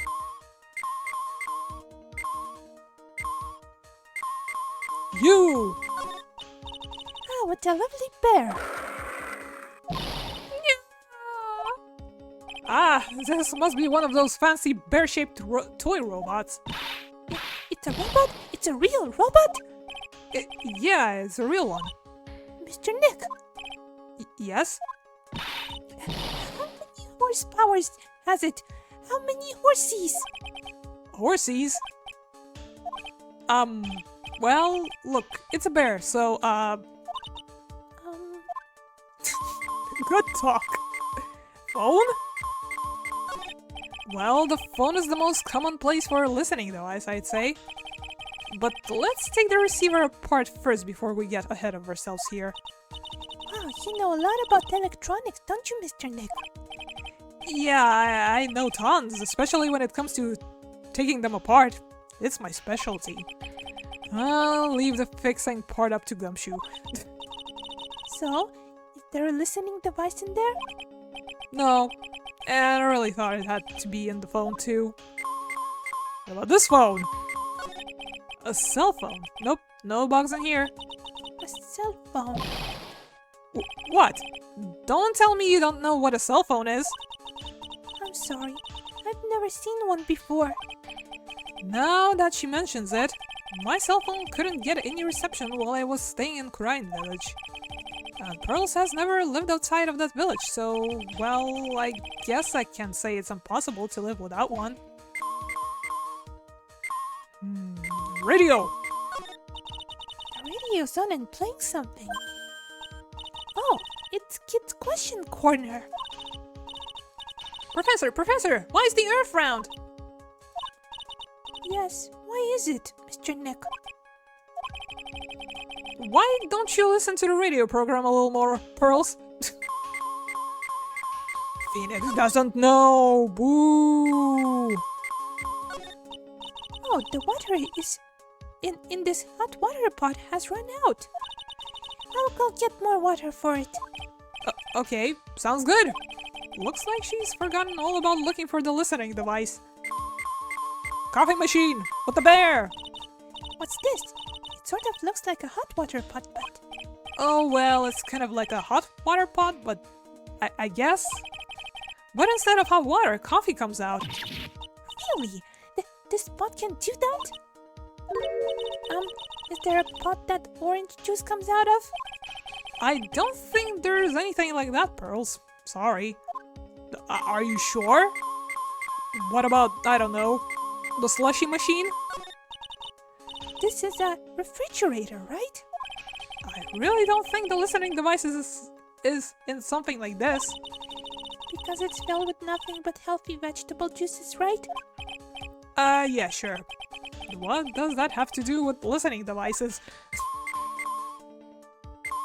Oh, who knows? What about this clock?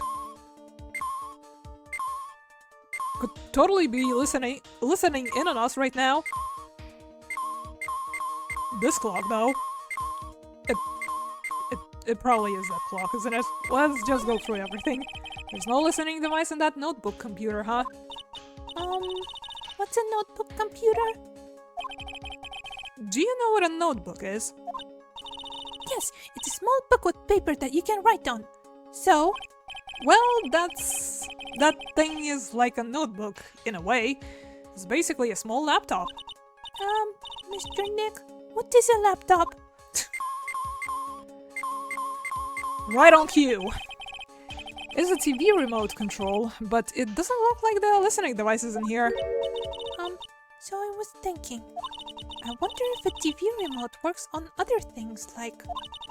Could I make you change your expressions like TV channels? Zap! Hey! But if I could... Oh, the people I would give the old mute button to... Well, I don't think it's going to work on me.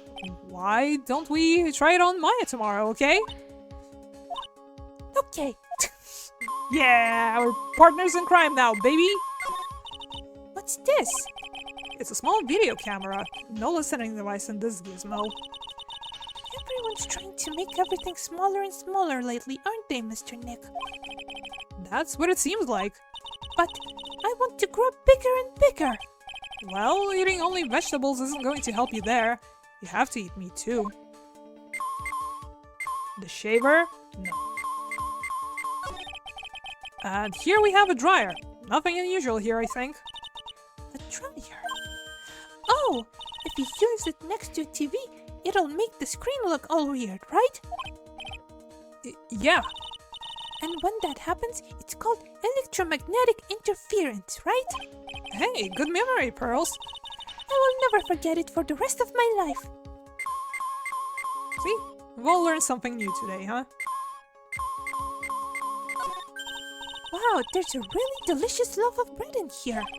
Looks like it's been on keep warm all this time since the murder. Wow. Well, Mr. Scruffy Detective always says got to keep the trail and crime scene warm. I think the keep warm in that case is a little more metaphorical. Okay, Mr. Clock Bear. Well, it certainly looks like an alarm clock. What's wrong? Why do you look troubled? I just can't imagine the listening device being inside that alarm clock. It just, sort of reminded me of something that happened a long time ago. Oh.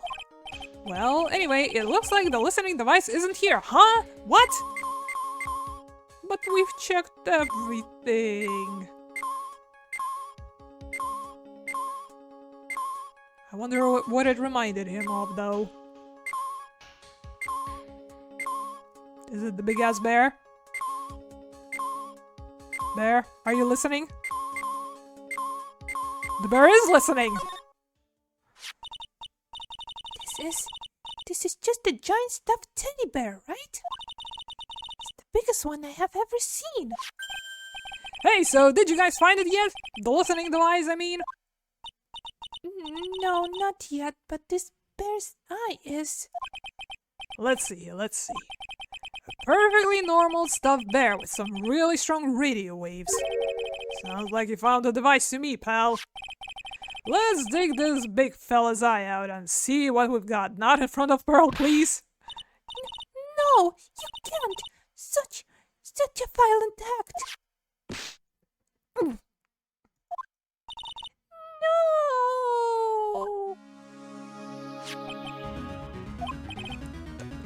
That's it. It's a miniature camera, and it looks like there's more. There's a transmitter and the timer. What a my emitter? Transmitter, pal. Oh, is this more of a high-tech stuff? Yes, it is. Talk about everything. So this tiny thing is a camera. Yep, it's a pinhole CCD camera, pal. It's a small, high-grade video camera, mostly used in security systems. So it's a video camera. It runs on a battery, which comes with it in a set. But there's no videotape in this camera. This is only the camera part here, pal. The tape recorder with the tape inside, it is somewhere else. Somewhere else? Footage is changed into radio waves and then it's sent to that recorder. So, it's sort of like a TV broadcast, isn't it? Hey, you know, you're right! Set to record the victim's room from 8 p.m. for 1 hour. It was running at time of murder. Transmitter!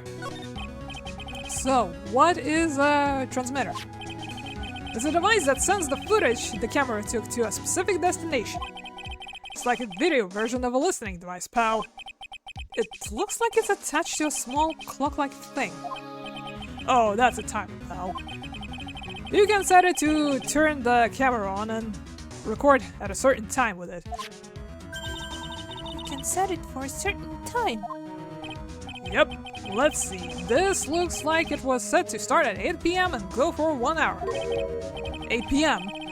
That was the time the award ceremony ended. There's no date set, so it's been recording every night, I'd guess. Mr. Detective, how long has this bear been here? I'm pretty sure it's been here since the night of the murder. Then maybe... Maybe this camera caught the murder on tape. What? And if you think about the angle the bear is at, it's bound to have had a clear shot of the whole crime, pal. Changes the footage taken by the spy camera into radio waves and transmits the data. Stop there. So there was a camera in this bear's eye. And it was disguised as a present. And I'm sure it was here on the night of the murder, pal. It's pretty big, so it stands out pretty well in my mind. But who gave Mr. Kurita this present? I, don't know, pal. But this means that someone out there's got the video of what happened here that night. Isn't there any way we can find out who that person is?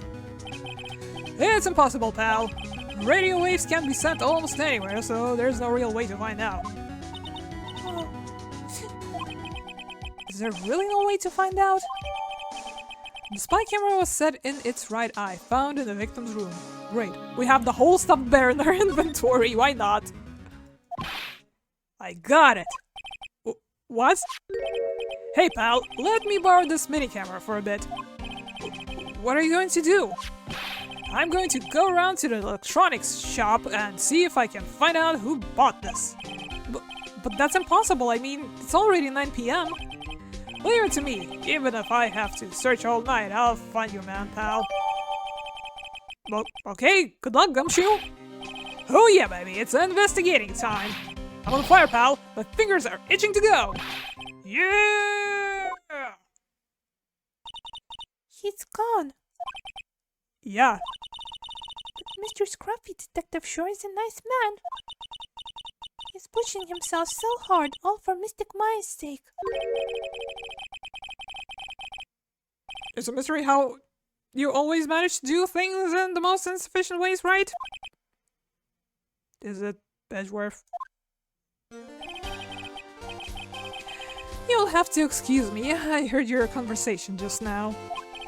Edgeworth, what are you doing here? A rescue team has been created and deployed.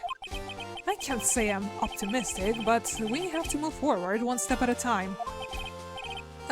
I see. Thanks. Don't thank me yet.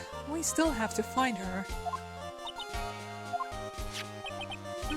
So there was a spy camera hidden inside the stuffed animal, huh?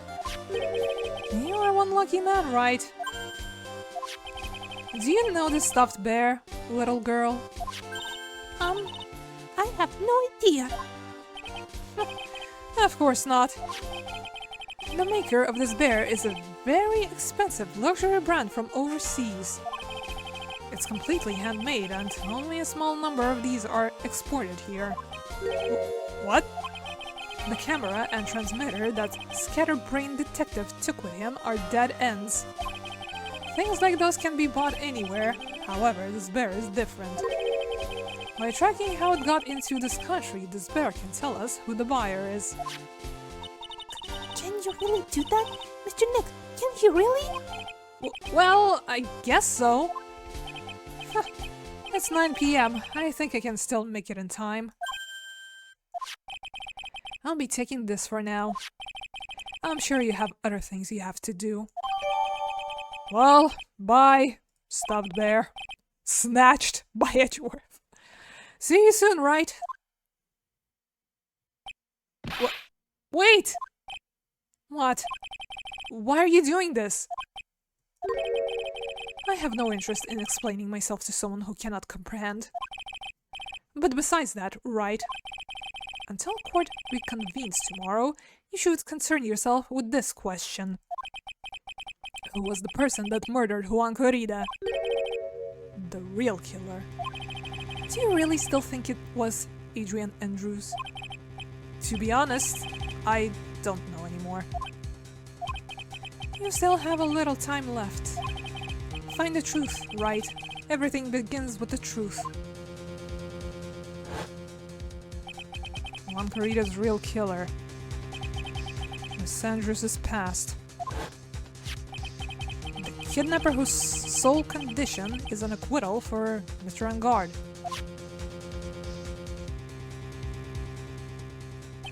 And this card, Shelly the Killer.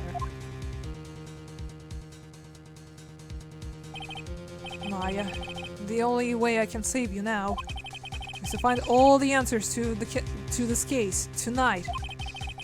I don't understand what your real intentions are, Edgeworth. But as you said, all I can do for now is find the truth. To be continued.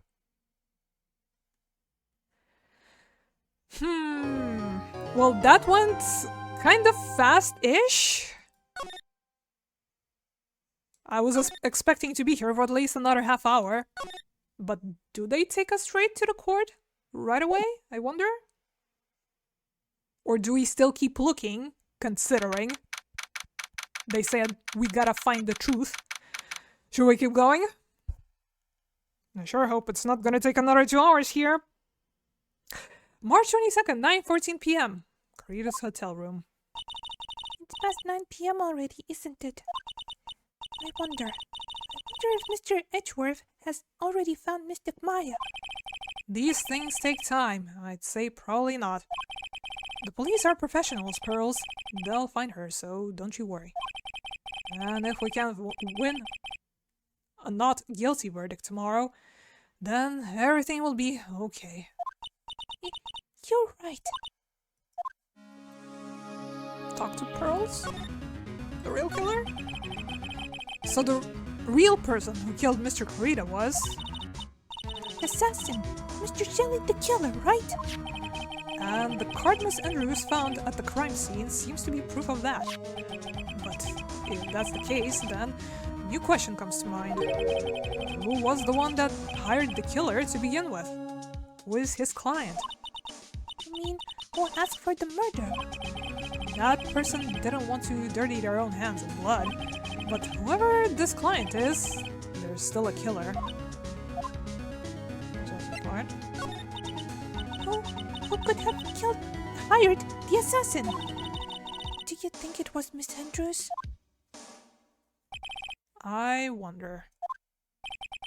But if she was the client, then why go through the effort to stab the knife into the corpse herself? Good question. But if Miss Andrews wasn't the client, then no, it can't be. Matt Engard himself? Was it Matt? Mr. Engard if Mr. Engard really did hire the assassin, then he is not innocent at all. Far from it, he could be guilty of the crime. But it can't be Mr. Engard, right? I mean, when we first talked with him. Mr. Engard, I'd like to ask you one more question. Did you kill Mr. Juan Corrida? Alright, just so we're clear, dude. I didn't kill anyone, and that includes Juan Corrida, okay? Well, if you put it that way, huh? Personally, he didn't. I didn't see any psyche logs at that time. Actually, that reminds me. Did you remember something, Mr. Nick? Yes, something Miss Andrews said at the trial today. She said something interesting. Something interesting? So what is it? The interesting thing? Oh, that's right. You didn't hear it, did you, Pearls? One had been bet everything on the Jammin' Ninja this year. And if he lost the Grand Prix, he was going to make sure Matt was going down with him. That's what he thought anyway.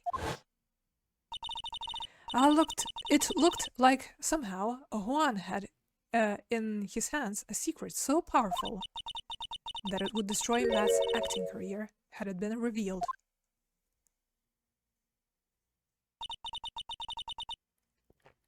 Mr. Engard's secret? What is the secret? I don't know yet. But for now, let's think about it this way. Mr. Corrida was going to reveal this secret. That means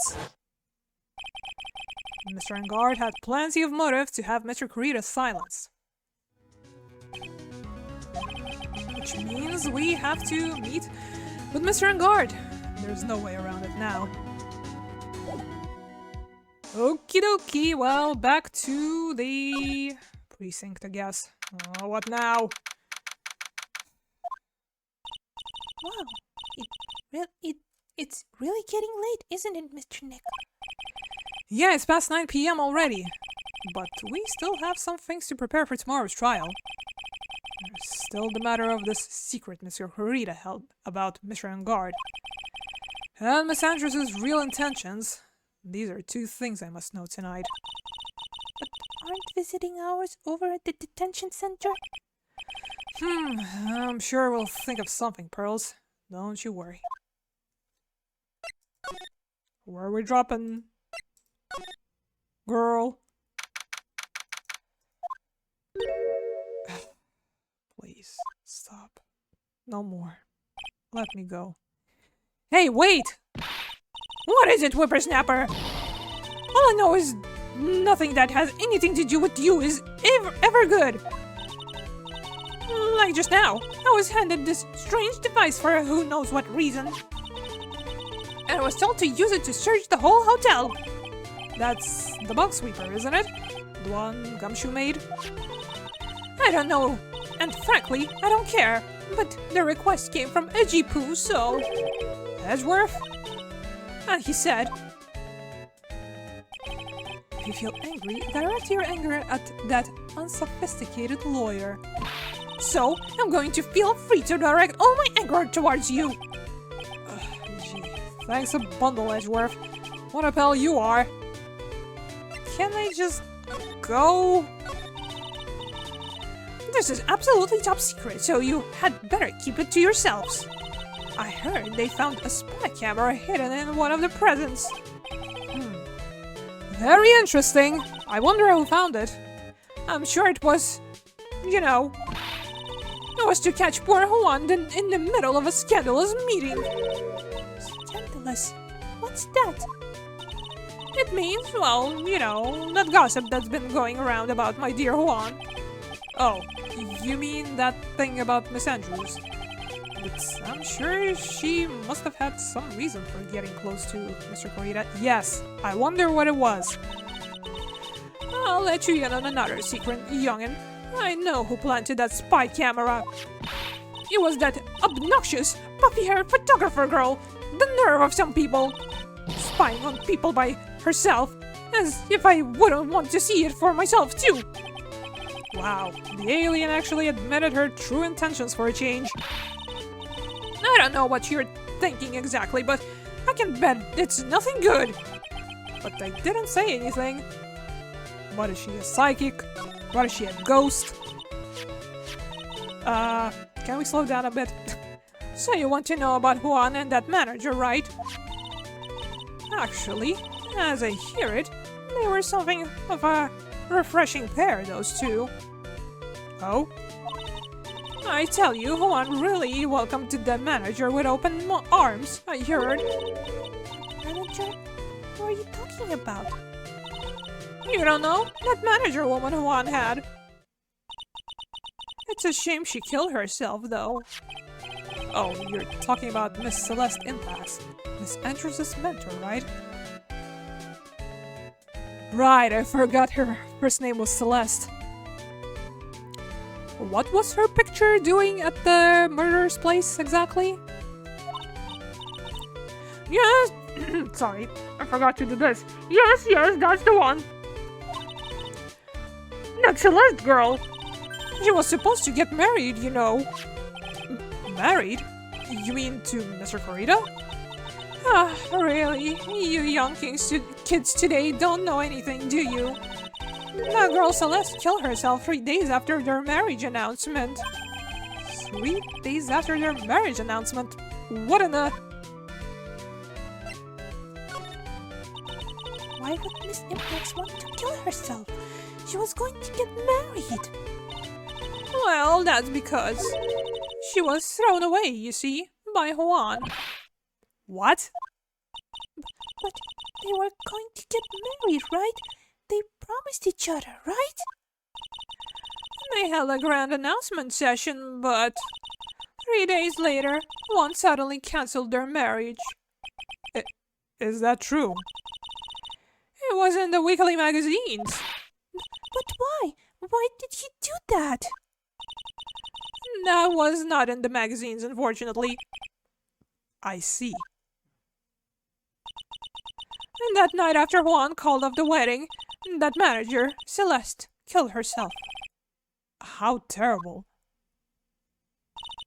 I wonder what happened between those two. Is that all? Let's go to profiles, I guess. Him?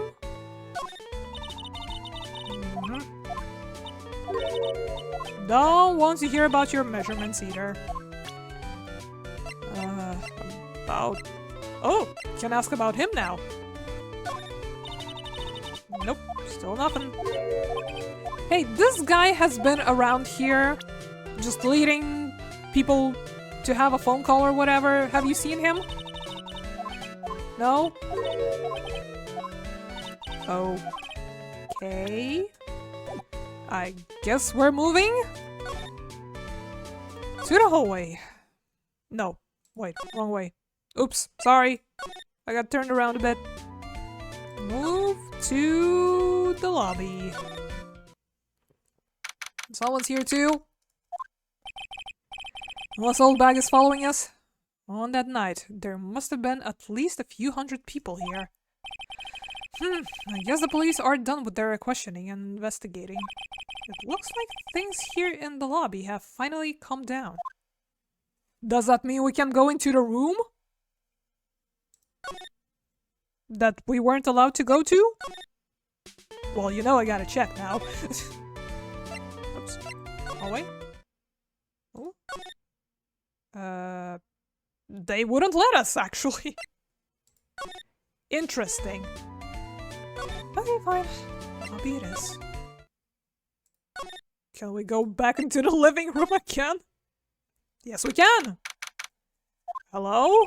It looks like no one is around. What happened to that person with the stuffed teddy face? Oh, she must mean that butler with a stitch in his face. Stitches. Shoo!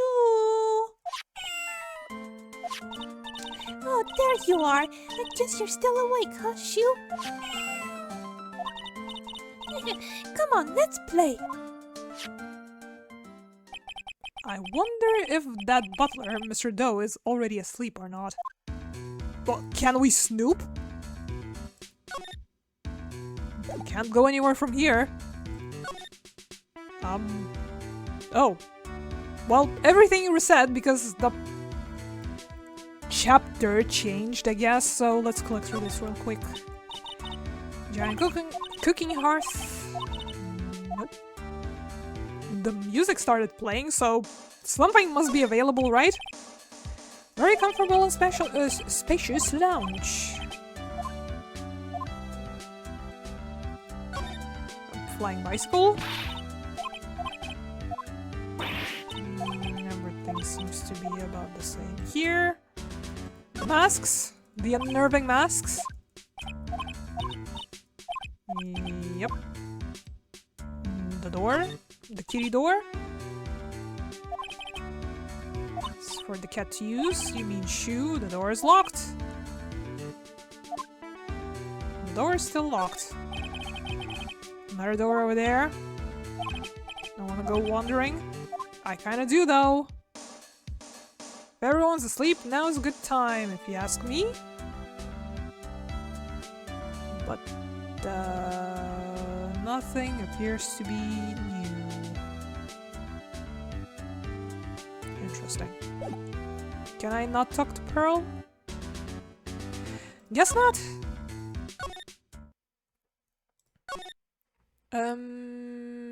Criminal affairs?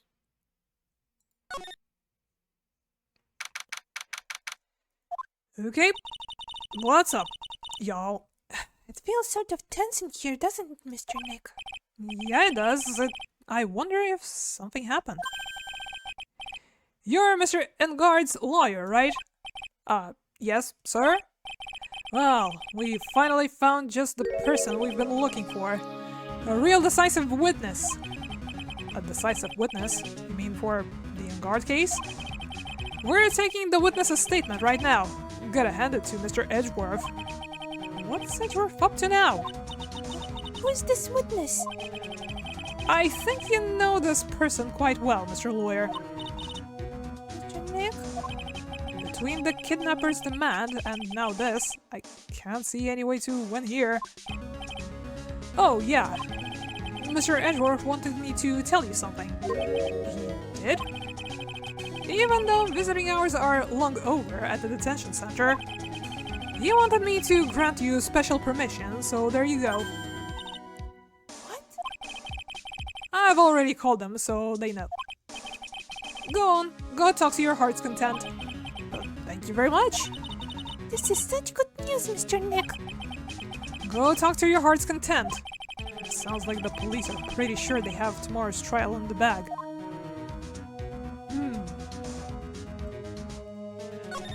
Anything new to say? Must be one of the detectives mumbling something to himself. It seems as though my true face has been revealed. I was an elite businessman who made deals with the entire world. I was the young successor and CEO of a colossal corporate conglomeration. My real self is that of a regular, everyday policeman. Stop doing image training and get yourself out there in the field. Okay. Okay, what are you looking at? What? The real killer in the Corrida murder is an assassin? This must be someone's idea of a joke. I can't believe this garbage. Have a little more faith in your own subordinates. Oof! To detention center? Visitor's room. I'm sure they must have transmitted Miss Andrews here by now. So that means that both Mr. Engard and Miss Andrews are in this detention center. Now then, whose story do I want to hear? Is it possible to hear both? I want to save. For the first time today, I want to save.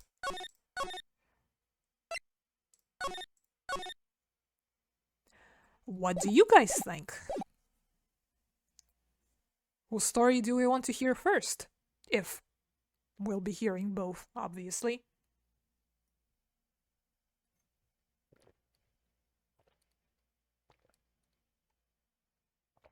Thoughts on this very serious topic?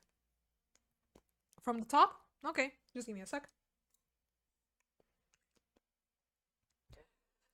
Okay, from the top. Sup, dude? Dude, it's Mr. Wright! I hope you can get me off the hook tomorrow. I'm counting on you. I hope so too. Ezra just dropped a bombshell on me by saying that Juan Corrida was killed by an assassin, and that the assassin's client is this man, Matt Engard. What's wrong? Mr. Engard, there is something I must know with 100% certainty. You seem kinda different. You're totally not like your usual lawyers itself. Not secret. About the press conference. You mean the one where Juan was gonna dress up as the Nickel Samurai? Yeah, I heard a little more about it from Miss Andrews. It looked like somehow Juan had in his hands a secret so powerful that it would destroy Matt's acting career had it been revealed. Could you please fill me in on what this secret is, please? Well, there it is. A record 5 locks. I knew this was coming. Mr. Nick, don't tell me. Psyche locks. You said a secret, right? But I don't have any idea what it is. Do you, dude? Did you know about Mr. Corrida and Miss Andrews' relationship? Well, it's all over the tabloids, dude. But I don't know any of the details, if that's what you mean. Look, how many times do I have to tell you? I don't care what Juan did with his life. Miss Andrews, she had a purpose in mind when she started seeing Mr. Corrida. Her mentor was Mr. Kurita's manager. And Miss Andrews was going to get Miss Celeste Impact's suicide note from him. Celeste. Does that jog any memories? Dude, I suddenly just got totally hungry. You up for a pizza? My treat. You know what? Sure. I want a pizza. Mr. Nick, what's a pizza? Is it a kind of pea like green peas? Let's go eat one later, okay? Oh, congrats on the streak, George. A whole 30 of them. I got cut off by the pizza dude at the shop. Not so bad. Well, how about we get our minds off of this topic and talk about something else, okay? Mr. Engard. Are you connected to Miss Impact's suicide note in some way? Well, can't talk a whole lot about with him, but let us hop in real quick into his brain zone and see what we're looking for at the very least. This is a very important matter. Please, you must tell me. What is the secret?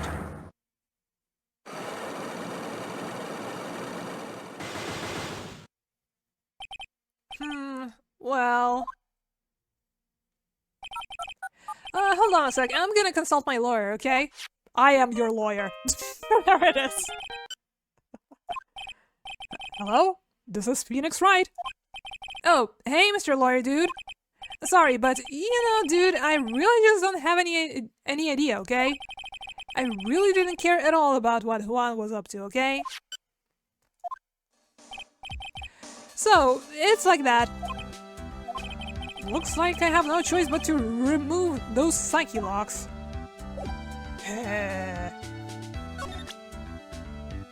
Is there something we should show him or...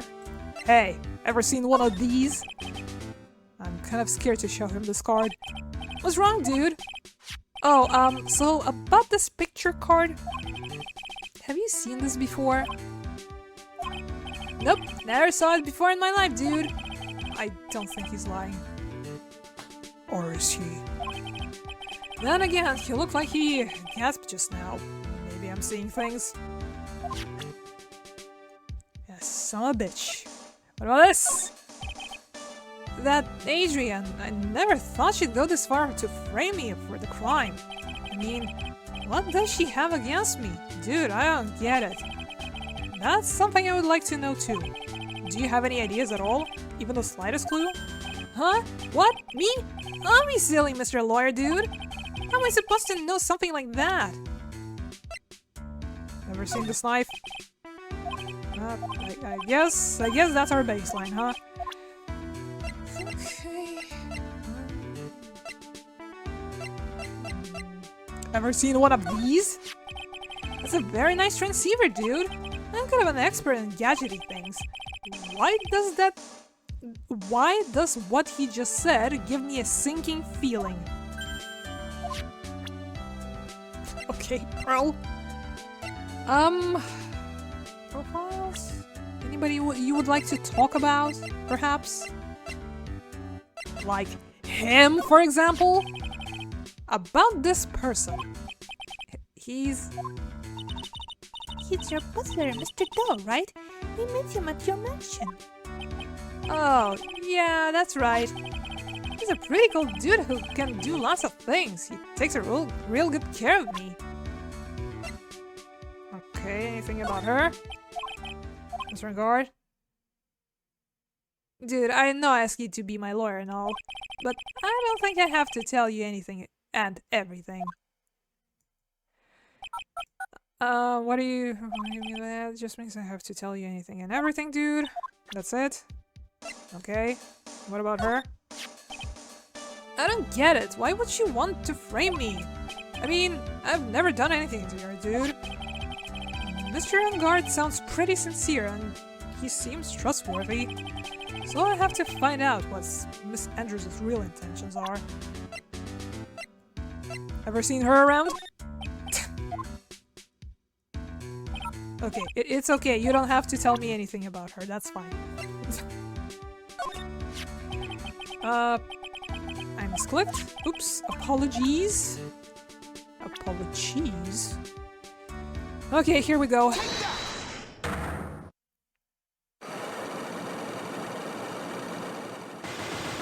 Obviously, this is not going anywhere until we talk to Andrews, I imagine, but let's see what's the starting point. Now, let's hear what the secret of yours is. What if Mr. Kurita had been successful in his plan?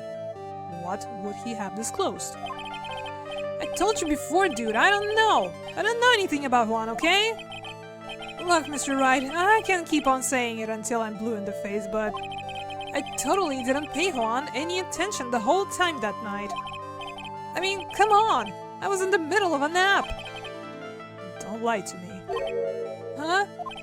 I know you paid close attention to Mr. Kurita, especially on that night. Well, we don't have any of the spying devices. That was all stripped away from us, unfortunately. We don't have any evidence either. So I guess we're kind of going to nope out. Also, our health, still pretty bad. I don't think I have enough evidence yet. I should investigate and gather some more clues before I try again.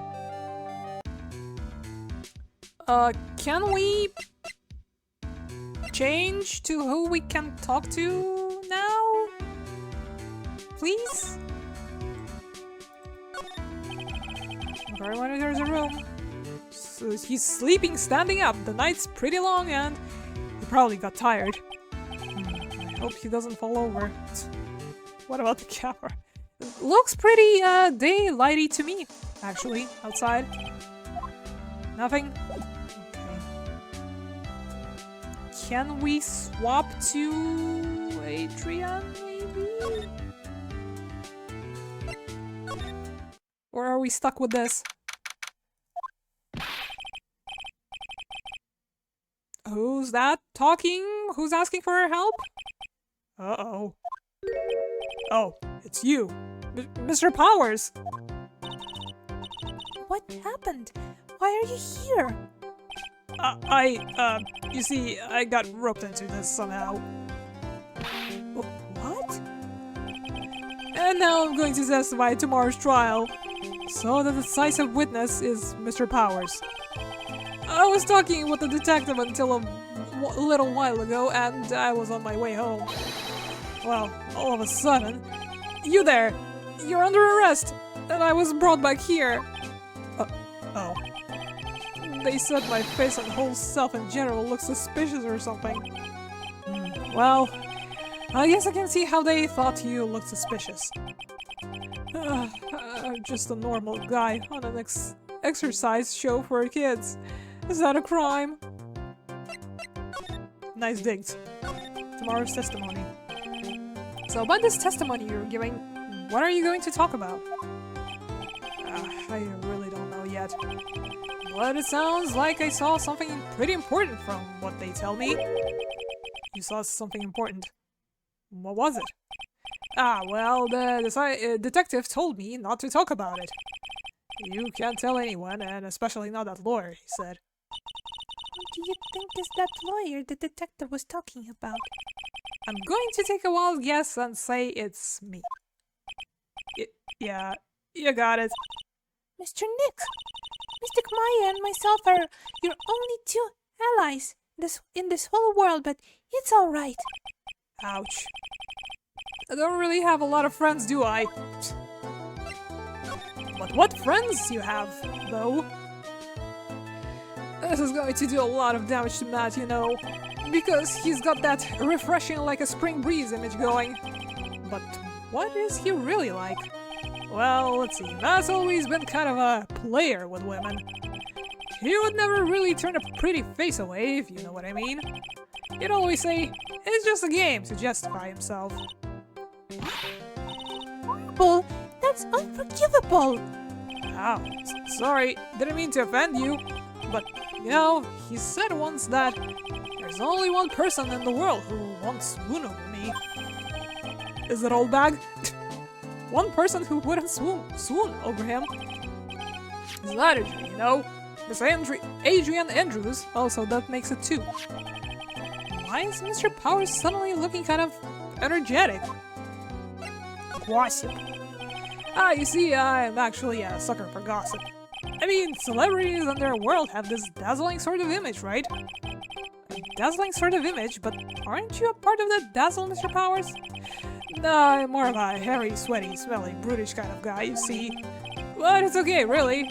I get to hear plenty of gossip about it, all of other stars around me as things happen. Well, that's true. Oh, hey, so did you hear about this yet? About Miss Andrews' mentor and her suicide? You mean Miss Impacts? We heard something about how her wedding was cancelled. Yeah, that's what I was talking about. I thought about it a little the other day, about that mysterious death. Hey, Mr. Wright, why didn't you ask me about that? Go on, go ahead. Mr. Powers is so charged up his skin is practically glowing with electricity. And potentially his hair. It's very frizzy. Hey, so have you heard this? Celeste left a suicide note. Yeah? So I've heard. And they say that one went and hid it. Uh-huh. We heard about this in court today. But there wasn't any actual proof that she had left a note. Well, this is what I think. I think that something bad was written on that note. Something bad for Juan, that is. Something bad for Mr. Corrida. Why do you figure so? Well, before she died, Celeste talked with a few of her friends. And she said, "It looks like I got caught up with a truly insidious man." A truly insidious man? Did she mean Mr. Corrida by that? Well, there's no one else that fits the bill, right? And that would be the reason enough for him to hide the suicide note. I see. Well, that's some good info. Thank you. You're welcome. Mr. Engard and Miss Andrews, they're both at the detention center right now. There are still things I don't understand or know about, I'm sure. I have to get the two of them to tell me everything. If the game will let me. Would the game let me? Please? Also, have you seen this before? Sorry, thanks for taking the time to show it to me, but I'm clueless. Well, now then, whose story do I want to hear? Oh, thank goodness. Adrian Andrews, please. Come to the stand. Oh, it's you. I'm sorry to be visiting at such a late hour, but there are a few questions I absolutely have to ask you tonight. Me? I thought your client was Matt. I'm sure Miss Andrews knows something. She can't be clueless about this secret Mr. Corrida had on Mr. Engard. Please don't have any psyche locks, please! I'm already working with 5! I'd like to ask you about Matt Engard, if you don't mind. Mr. Wright, you still don't know, do you? The real him, I mean. You seem to bear a lot of resentment towards Mr. Engard. If that's the case, then why did you become his manager? And why would you become intimate with his rival? That has nothing to do with this case. Nothing. Are you sure? About Miss Celeste Impacts. I had finally put her death behind me. And now, thanks to you, it's all come back to the surface. I'm sorry. Yes, I was shocked by her suicide. And it's true that when I heard the rumor that Juan was the one who had hidden her suicide note, I began to draw close to him. I wanted to get her suicide note back and to burn it. You wanted to burn it? But why? I didn't want it to spread like just another piece of gossip. but I never held any murderous intent towards Juan. I would never do something so stupid. A suicide note, huh? I wonder what it said. Why frame him? Why did you try to frame Mr. Engard?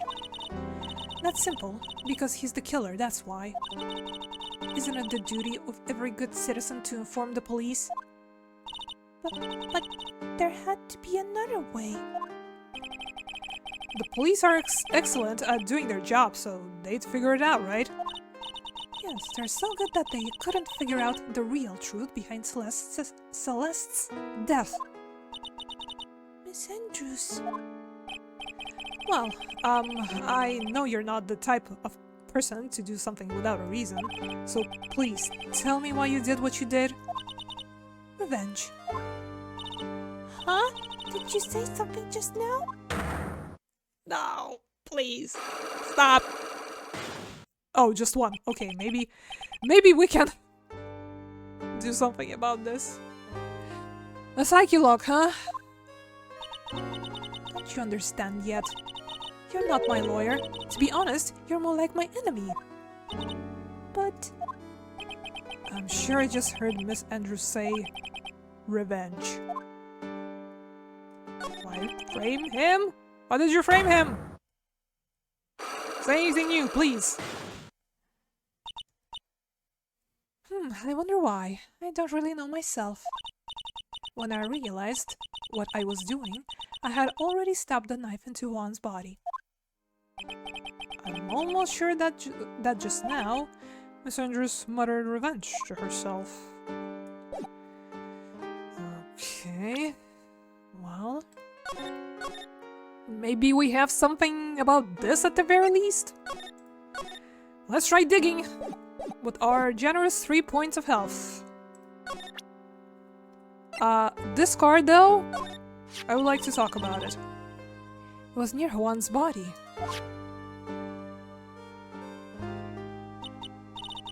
I noticed it when I went to fill the glass.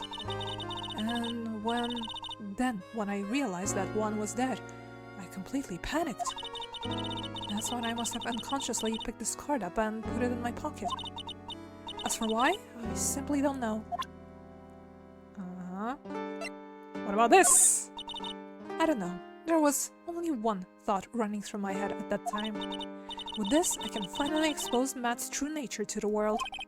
His true nature. I wonder why she's saying that but not telling me what his true nature is. If it were me, I think I'd be happy to finally get that kind of thing off my chest. Probably gonna be the same dialogue for this. Yes. Yes it is. But also, anything about this guy? I'd like to ask you about this. I told you, I hate trifling matters. Just a waste of time. Wow. Okay. Alright then. Oops. Again, misclick. Sorry. Oopsie. Let's try and see what's here.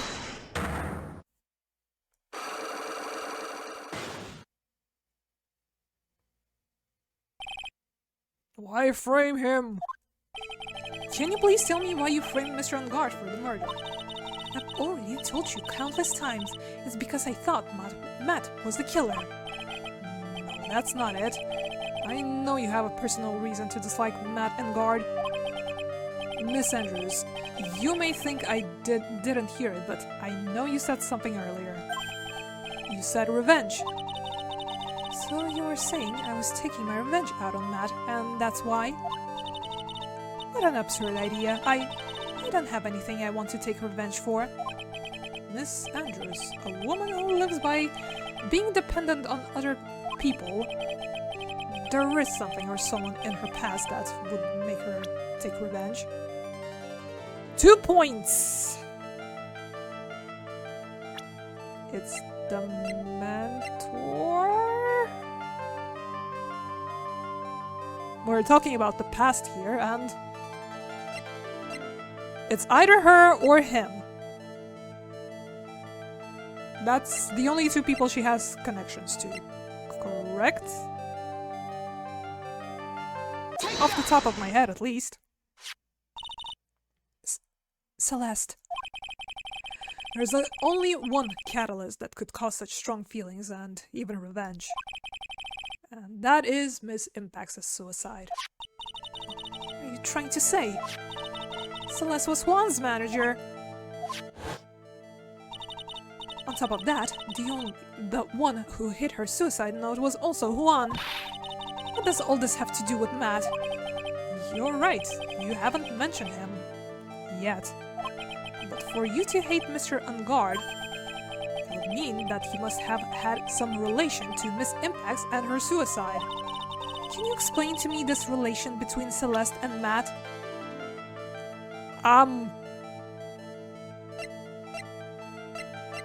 Him? Right?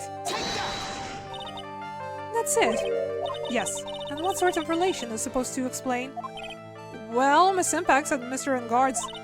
Before you start, Mr. Wright, perhaps I should first request to see proof that your brain is wired correctly. Fuck!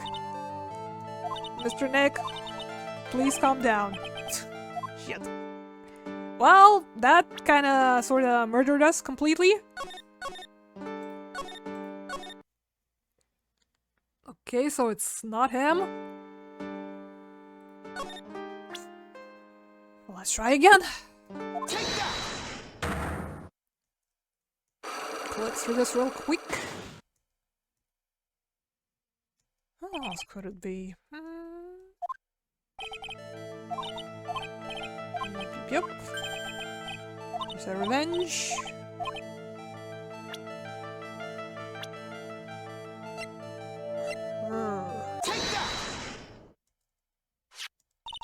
Celeste. One's manager.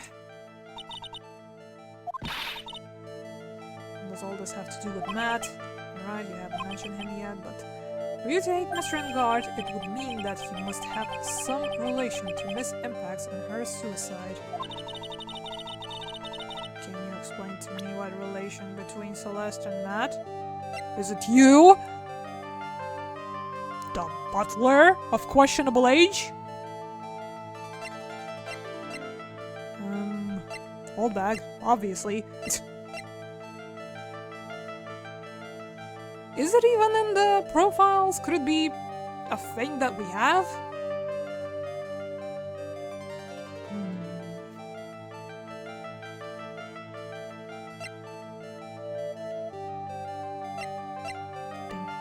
Thinking. I mean, it's you, potentially. You're both connected to Celeste and Matt, correct?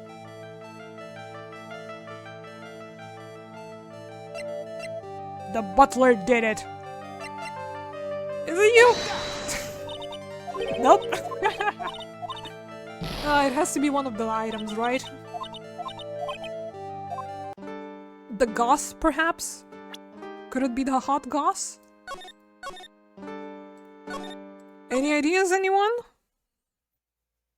Surely we don't have to go and find more shit. As of now. Right? We should have everything by now, right? Please tell me we have everything.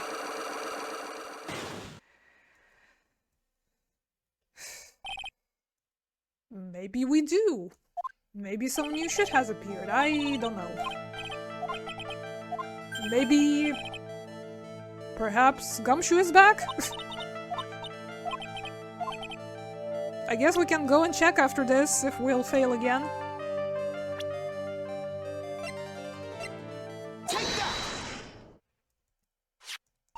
Celeste.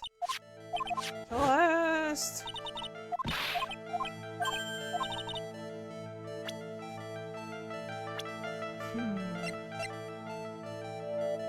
The confession. The article. The empty guitar case? That is what on top?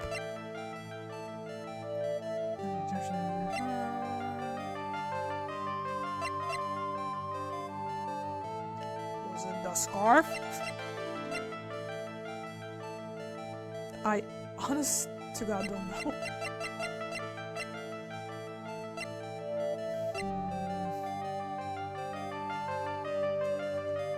connection between Celeste and Matt. I'm digging in my brain trying to remember if we have heard about any interactions between them before, but kinda coming up short, not gonna lie. They were both fans of juice. The tomato kind.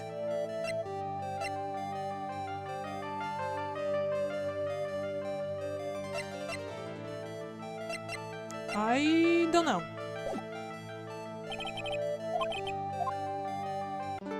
Let's go see if Gumshoe is back, I guess. Maybe he got something new for us. Very important. Yes, Moshi Mosh? Mr. Nick, your phone! I don't like the sound of this ringtone right now. It sounds kind of ominous. It's probably just your imagination. You should really pick it up, Mr. Nick. It could be important. Hello?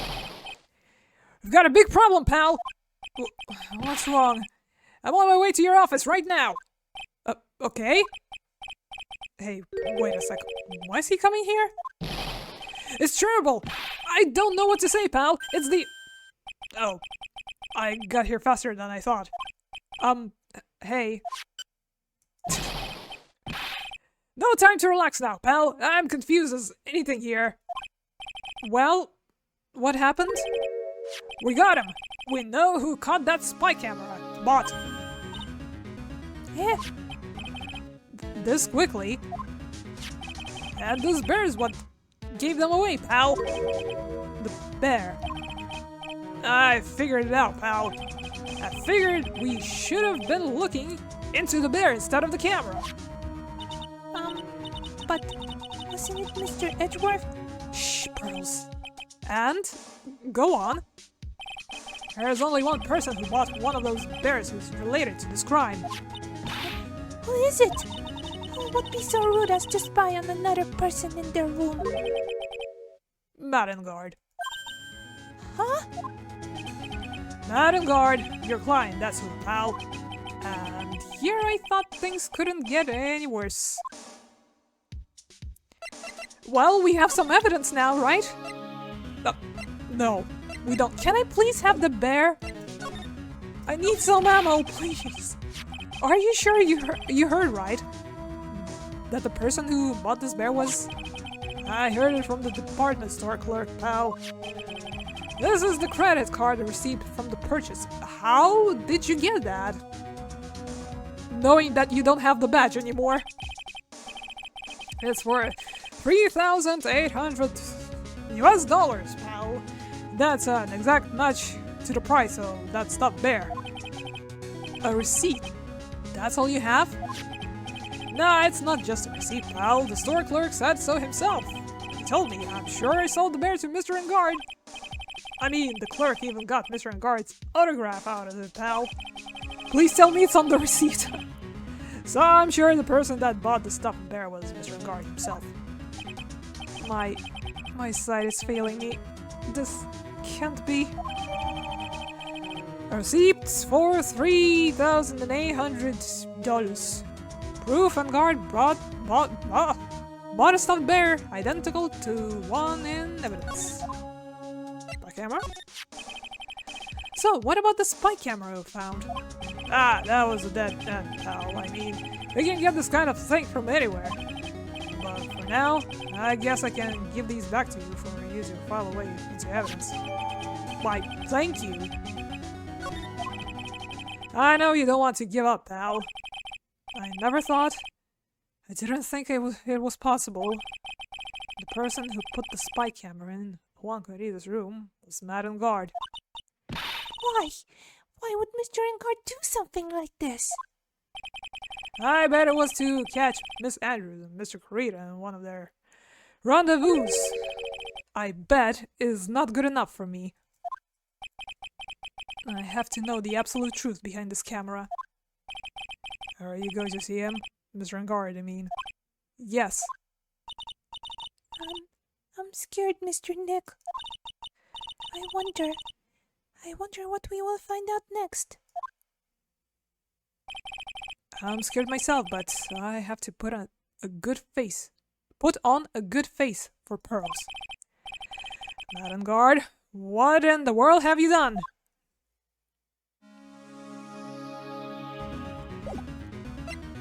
Finally, something. Wanna talk about this bear some more? Madam Guard, what was he thinking? You mean setting the spy camera up in the victim's room? Yeah, and it was recording at the time of the murder too, pal. Don't you find that just a tad suspicious? It doesn't sound like a coincidence to me. I mean, don't mind me. I didn't mean it that way, pal. Then, what way did you mean it? Come on. Guard, what was he thinking? Yep. Did we ever talk to him about the butler? I don't remember. Could you please take a look at this?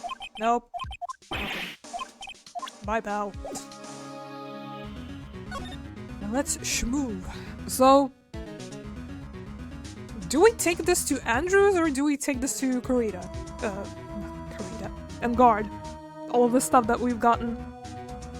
Because she wants the connection between Celeste and Matt. Is this a good enough evidence?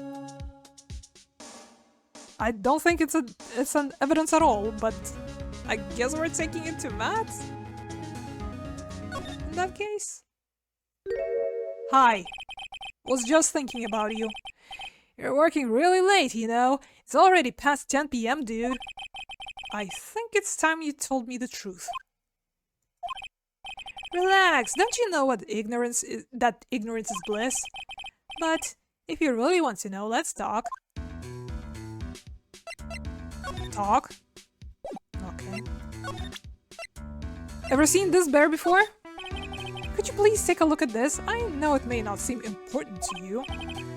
Well, if it's not important, then I'd rather be in bed. Are you going to order a bed to the cell? If I don't get my 12 hours of beauty sleep, my skin's gonna wrinkle up like a prune, dude. No, he's right, Mr. Nick. Your skin kind of is drying up here and there. I swear, after this case is over, I'm going to get lots and lots of sleep. Well, I'm kinda hoping that we will get some sleep soon. Oh, even my chair is falling asleep, seems like. Save?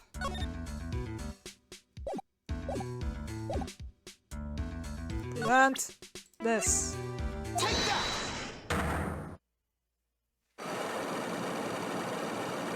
Please tell me enough stuff. Please. Matt's secret. Come on. Let's hear that secret of yours.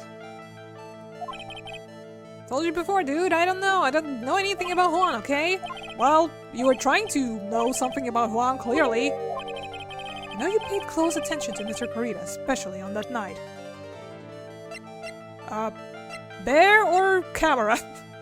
What do we lead with?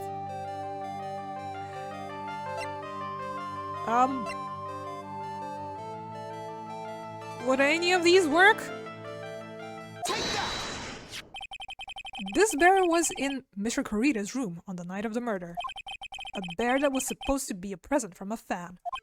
So, it's a present, dude. It actually looks kinda classy, if you know what I mean. Yes, I hear it's quite expensive. Which is why it is very odd that this gadget was found inside the bear.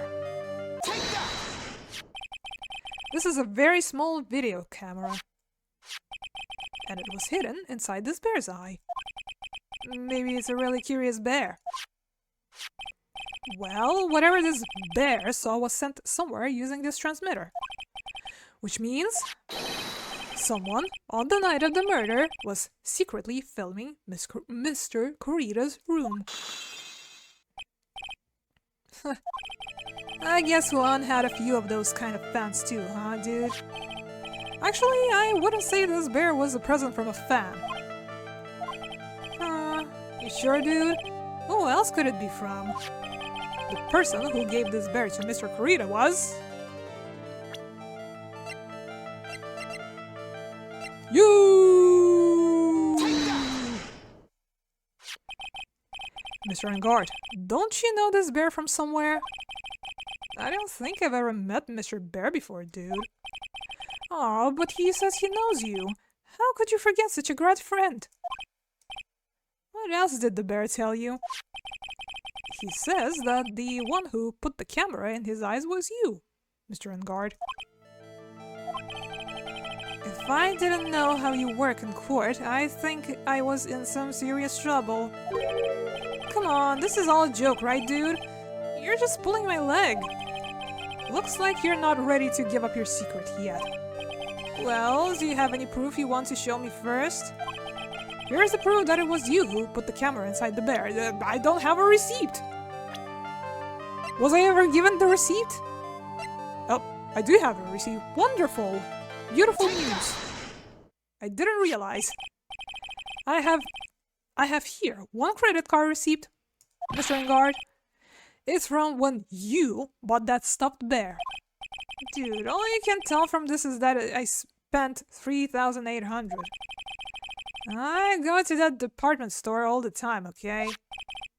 This $3,800, this could be the toothbrush I bought that one time. A $3,800 toothbrush? It's ivory, and it's got elephant hair for bristles. Ew. Elephant hair? Is that what rich people use nowadays? Anyway, the store clerk clearly remembers you and your purchase.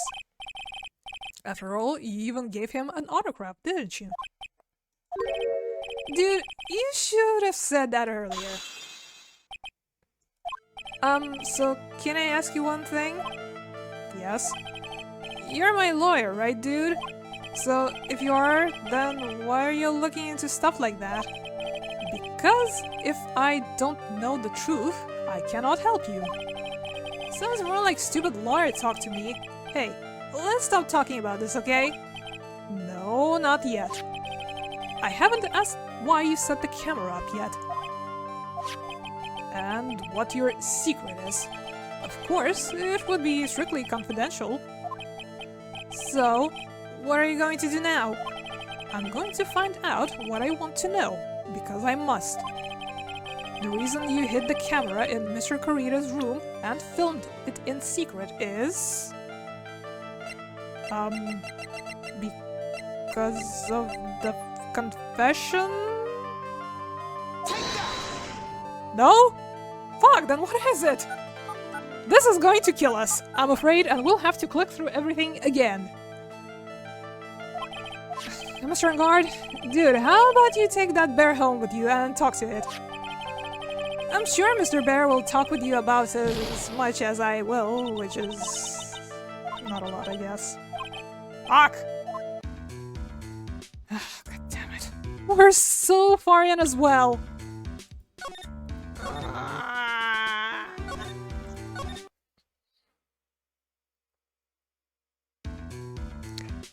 Again!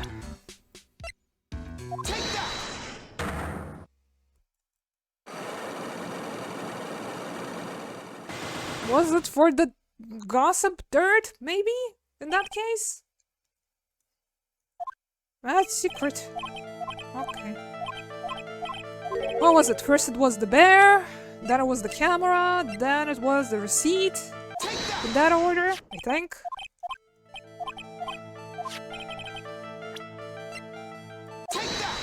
Take that.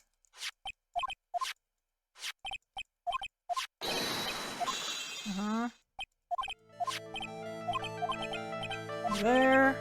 The person you gave this bear, right? Now this thing, it was yours truly. Mr. Guard. The thing is that for the gossip part, it could be once again several things that could be presented, if that's even the correct thing to show.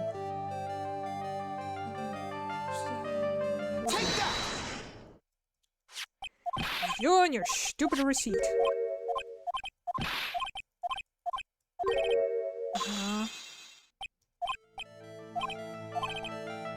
My lawyer. stop talking about it. I'd ask you to set the camera yet. Your secret is, of course, it will be strictly confidential. So what are you going to do now? I'm going to find out what I want to know because I must. The reason you hid this camera in Mr. Corita's room and filmed it in secret is...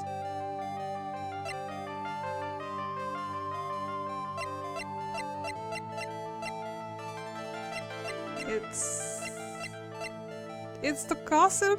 It's his manager. It's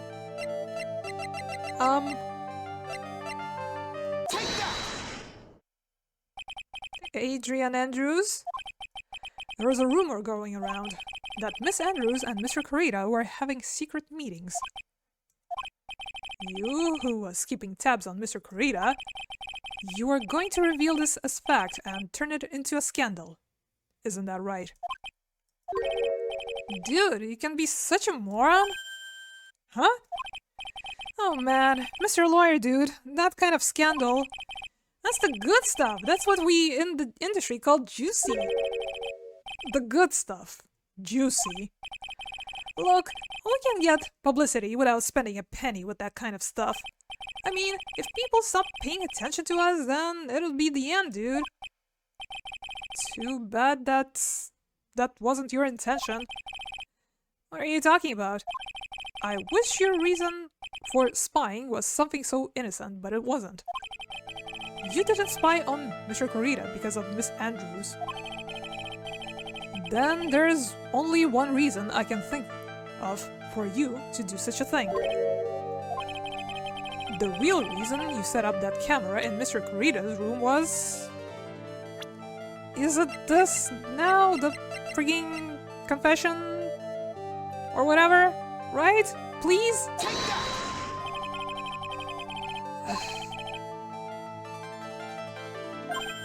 You wanted to set the camera in my office? What? Well, dude, you're always saying really absurd things, right? It'd be like getting the comedy channel for free. Ah! What? What was it then?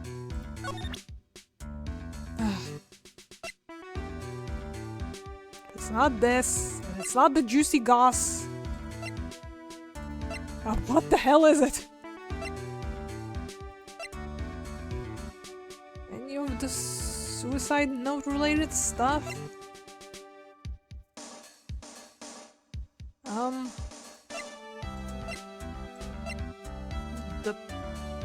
This? His relation to that killer? What am I missing here? I mean, this makes sense, right?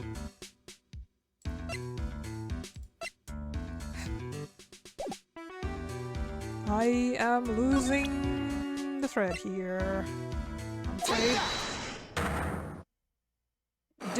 We didn't load in. Oh, I don't have our help. Oops. Quick, aboard! Aboard! Back out! Oops. Don't have enough evidence yet. Do we even have evidence for this? We have to. What else could it possibly be that we don't know yet? You know what? Hi, Gumshoe. Good to see a friendly face for a change. Hotel lobby? Just wanna check a look in case something changed. Nope. Still nothing here.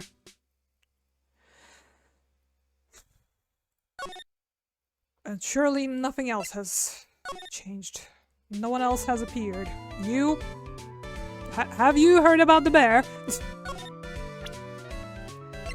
Ever seen this handsome fella? Nope. Still don't want to hear anything about the measurements. Sorry. Not interested.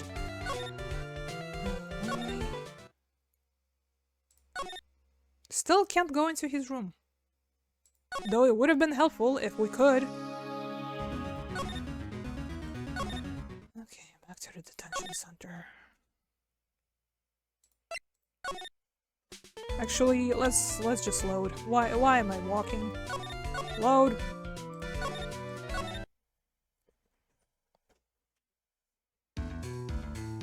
Present.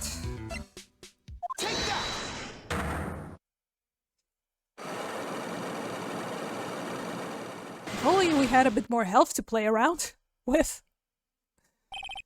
We wouldn't have to load so often. Yep. God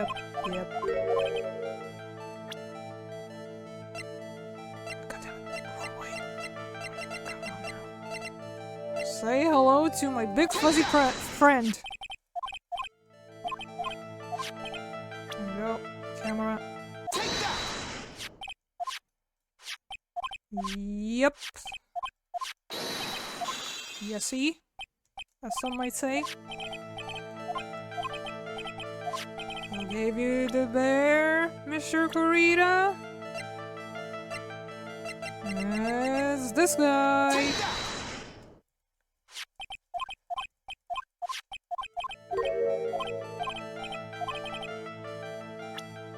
Here's the proof that it was you.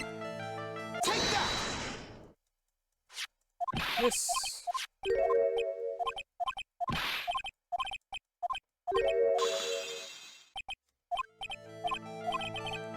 You're a liar.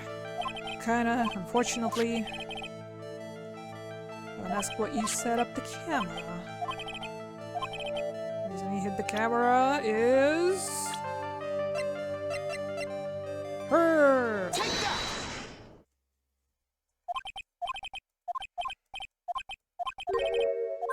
Publicity! Oh, publicity is bad publicity! It's the only reason I think of you would do such a thing. The reason you set up that camera in Mr. Kurita's room was it him? To make sure that he'd done the deed? Any other thing that it could possibly be?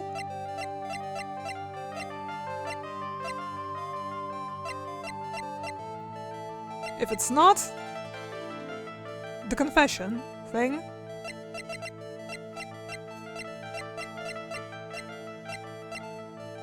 and it's not the hot goss thing, is it for the murdering purposes? In that case? But which thing would it be? Let's try him? It's not him, is it? Back. Should we try the murder photograph next time?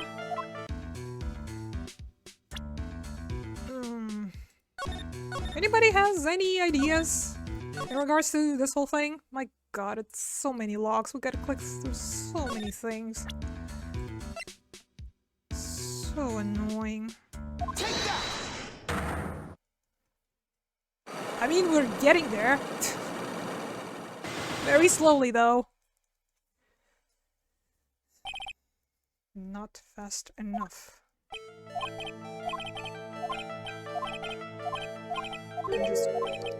I wish you could save, like, in between these, because clicking every time on such low health is a murder.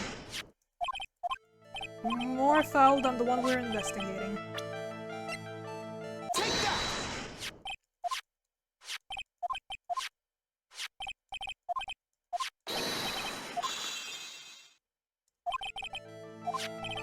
Okay, I'm going to try the, the murder photo. And if not, I'm going to ask somebody to look this up. Because, my god, we can't be here for much longer.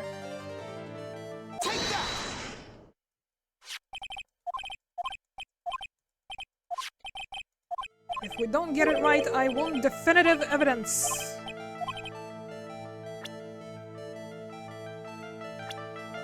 From a guide. Because apparently I'm too dumb to figure this out on my own.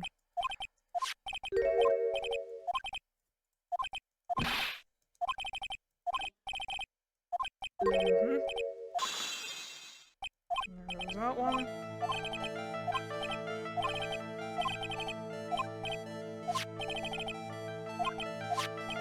Send the camera because of her.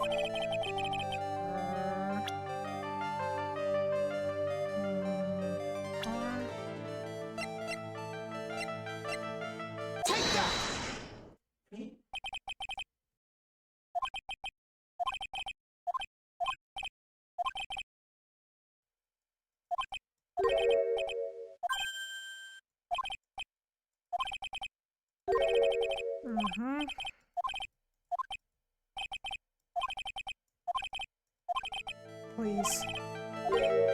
Throw me a bone here, game. Oh, and it docks us 3 points every goddamn time. Come on.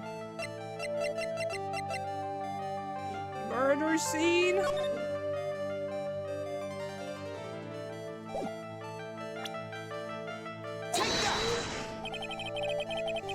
That's it. Somebody look this up for me, please. I can't anymore.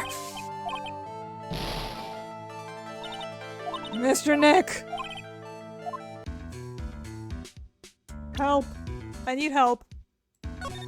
I can't be clicking through this the entire bloody evening. Until we get to the correct one.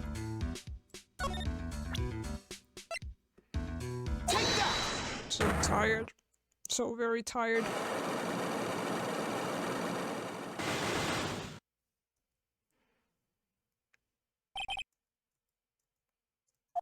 Your own official assignment, chat. If not, I will have to put you on hold and look myself. So, while we are clicking through this, I would very, very appreciate it if you could look this up.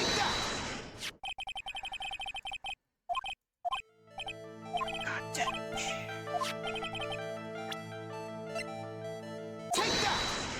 It's the one after Andrews. Yes.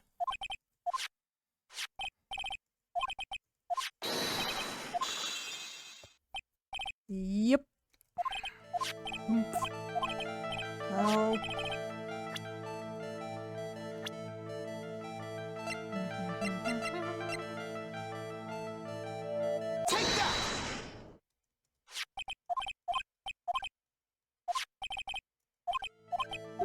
Yep. It's a joke. Here's the proof that it was you.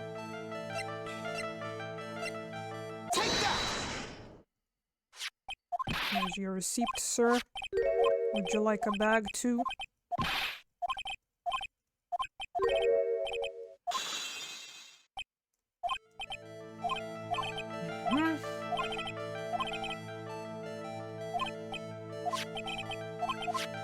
Getting closer. The reason you hid this camera in Mr. Carita's room and filmed it in secret is... You wouldn't believe it, it's her! Yes! Yep. Yep. Yep.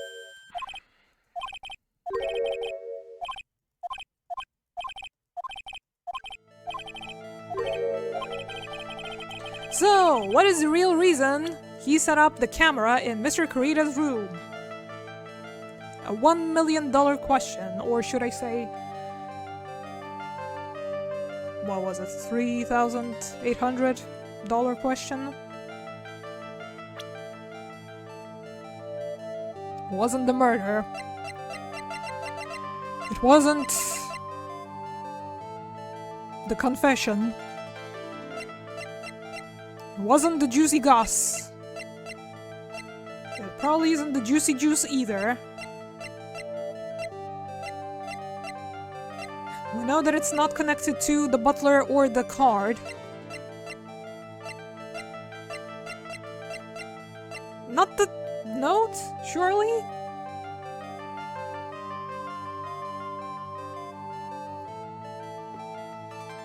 What could it possibly be in that case?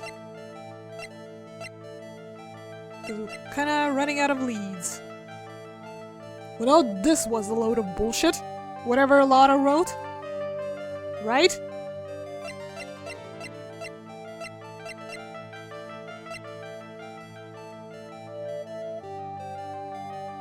Could it be related to the notes?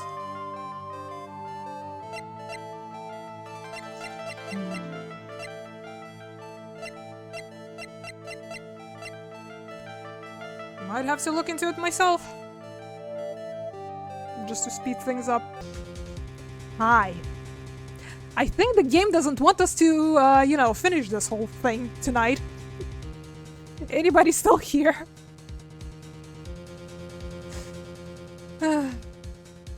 Cool, cool. Well, it's still here? Wonderful. I have no bloody clue what happened. But, yeah, the game doesn't want us to find out Matt's terrible secret, by the looks of things. Anyways, welcome back. I don't know at which point it disconnected me, but, it's the card. It's the calling card. Not the photo, not the butler, because I guess they don't expect him to connect all this stuff or whatever. It's the card. And we asked him if he knows anything about Shelly the Killer. That's ridiculous! Why would I know some shady scumbag like him? If you really don't know him, then why are you acting so jumpy all of a sudden? This is it. I'm finally starting to get to the truth. I can't afford to make any more mistakes now. Mr. Madangard, I know why you know Mr. the Killer. It's because you're a hero of justice. You're his client? You're a star, baby. Since you're the one who set up that camera, that means you knew. You knew exactly what was going to happen in that room. So how? How would you know something like that? It's because you're his client, that's why. You hired Shelly the Killer to assassinate Mr. Juan Corrida. The real mastermind behind the whole murder is you, Matt and Guard. And here I was trying to be a good boy for you, dude. I thought if you didn't know, you'd be able to do your job without feeling bad. Well, that's what I thought anyway. Mr. Engard, you really did hire... Hold on a sec, I'm gonna consult myself, okay? Consult myself? Well, I guess it's probably about time anyway. About time for what? I think it's time for you to meet him now, Mr. Lawyer Dude.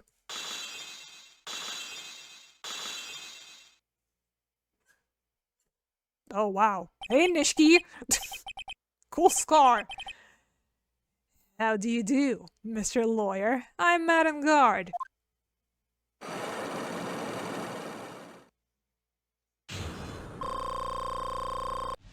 Well, at least I feel better now physically. Who gave you that glass? Is that tomato juice? Answer me! Well done, Mr. Wright. I bet it wasn't easy to gather as much information as you have. You really... So you are Shelly the Killer's client. You didn't really think I would dirty my own hands in this, did you? What do you mean? And that woman, Adrian, was quite brave herself. Trying to stick the crime on me. I didn't think she had it in her. But all I care about is that Juan is dead. Isn't that right, Mr. Lawyer? That's... You're lying! What a terrible... It's way past your bedtime, little girl. Go on, and let grown-ups talk about more adult things. But why? Why did you hide the video camera and...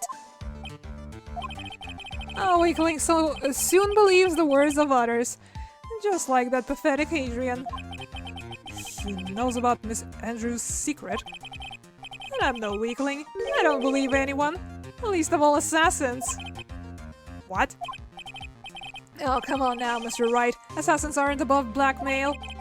They turn their clients into cash cows by holding a simple deed over their heads. And the superstar like me, how much do you think I'm worth? Care to guess? $5. And that's why? Yes, that's where the video comes in. He's got his face on the crime scene recorded on it. Preserved for all time. With that, I keep him at bay and even blackmail him if I want. That's right, that video is my insurance. Isn't that what they call it, Mr. Wright? Why would you do something so wrong? Because I'm a grown-up and I can. Good enough of an answer for you, little girl. What if for murder? Why? Why would you kill Mr. Kurita? Because he was about to sling so much dung onto my beautiful public image. Scandals are a little annoying, aren't they? Whatever happened to any publicity is good publicity. This is all because of that press conference, isn't it? Yes, you know, the thing I presented? Like 5 billion times? If Mr. Kurita had been able to give it, then Mr. Engar's secret would have... Ah, well, that's what we call taking advantage of the situation, you know? I had no interest in doing it, really, but bit by bit it crept on me. And then the situation just presented itself perfectly. How beautiful, I thought. And that's how Mr. Kurita ended up dead. Let me tell you something, I'm not like Adrian, I don't depend on anyone. People are simply things to be used and thrown away. Put on a sweet, innocent face and people will swallow anything you feed them. Adrian fell for it, the assassin too. Oh, and how can I forget? Even you fell for it, Mr. Lawyer. Everyone, all working their butts off for me, mad and guard. Aw, did that leave you speechless? What a shame. What's wrong, Mr. Lawyer? You've grown awfully quiet. How could I have been so deceived by you all this time? When we met, I asked if you had killed Juan Corrida, and you answered very clearly that you hadn't killed anyone. Hey now, I never told you any lies. The person who did the killing was the killer guy, right? All I'm guilty of is taking a cat nap in my room. You killed Mr. Corrida! I dare you to say that in court tomorrow. Oh, but too bad. You can't. You're my lawyer after all, aren't you? You could always drop my case and refuse to represent me. How does that sound? Oh, but you can't, can you? That would be the end. That would be the one thing you absolutely can't do. Mystic Maya! You wouldn't want to test the killer. He's a man of his word, or so I hear. You could end up getting a certain friend of yours rubbed out if you lose. You scoundrel! Picking up lexicon from old bag, I see. So, if I were you, Mr. Wright, Esquire, I think I would give it my all tomorrow. Remember, everyone likes a happy win-win resolution. I'll get you for this. That's such a cliché phrase. One said something just like that, if memory serves. Of course, well, we all know how well things turned out for him, don't we? Good night, Mr. Lawyer. Maya, what am I supposed to do? No? Now you finally found it. The starting line of this case. Edgeworth. I don't care for the horrid atmosphere here. Let's return to the precinct. Oh, back to the precinct, I guess. Well, right. What are you going to do if you plan on changing your strategy? No! You can't do that. That's right, he's holding Maya hostage. What should I do? That's not something I can answer for you. Mr. Edgeworth. Right, only you can decide where to go from here. 1 year ago, At that time, I didn't truly understand what a prosecutor was. And that is why I had to leave the prosecutor's office. I felt that I couldn't stand it in the court of law until I knew what a prosecutor really was. And now, Wright, it's your turn. My turn? What is this thing called a lawyer? What can you do as one? You must find the answer, and you must find it on your own. Oh? I am a lawyer, but to fight for someone who is clearly a killer... Madam Guard, that man is really... It doesn't matter who, every person deserves a proper defense and a fair trial. Isn't that the basis of our judicial system? Proper defense? But what exactly is that? Is it where a lawyer forcibly and blindly gets an acquittal through shouting and trickery? Ironic that you, of all people, should say such a thing. Isn't that exactly how you have fought for your clients up until now? Guilty. Well, that may be true, but that's because I've believed my clients to be innocent from the bottom of my heart. But if I were to get on guard an acquittal, that isn't a proper defense at all. I became a lawyer because I thought I could save people who were suffering and in pain. But when I look at this mess we're in, I can't even protect the person closest to me. Even if I win the case, I still lose in the end. I don't know what to do. Right. Won't you get a hold of yourself? You have it all wrong. Huh? We aren't some sort of heroes. We're only humans, you and I. You want to save someone? That's something easier said than done, wouldn't you say? That's... You're a defense attorney. You can't run away from that. You can only fight. That's all you can do. Why do we fight?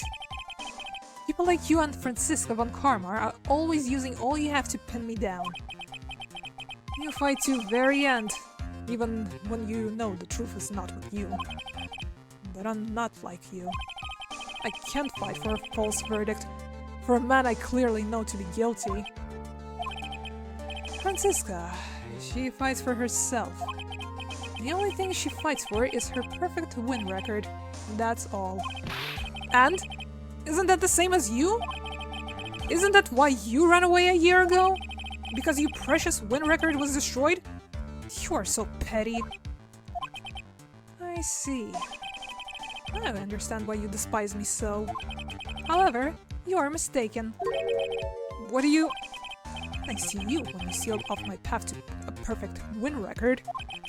I began to realize the error of my ways. I realized that things such as a perfect record were meaningless. What?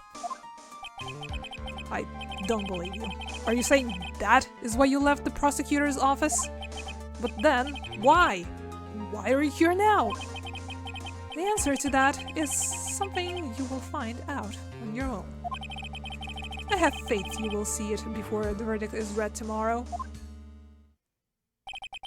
But if you can't, then you will be powerless to change the ending of the story. No goody, just who I wanted to hear from. Mr. Nick, the transceiver! I'm sorry for what happened earlier. Now then, Mr. Attorney, do you wager you can obtain an acquittal tomorrow? My, what is the matter, Mr. Attorney?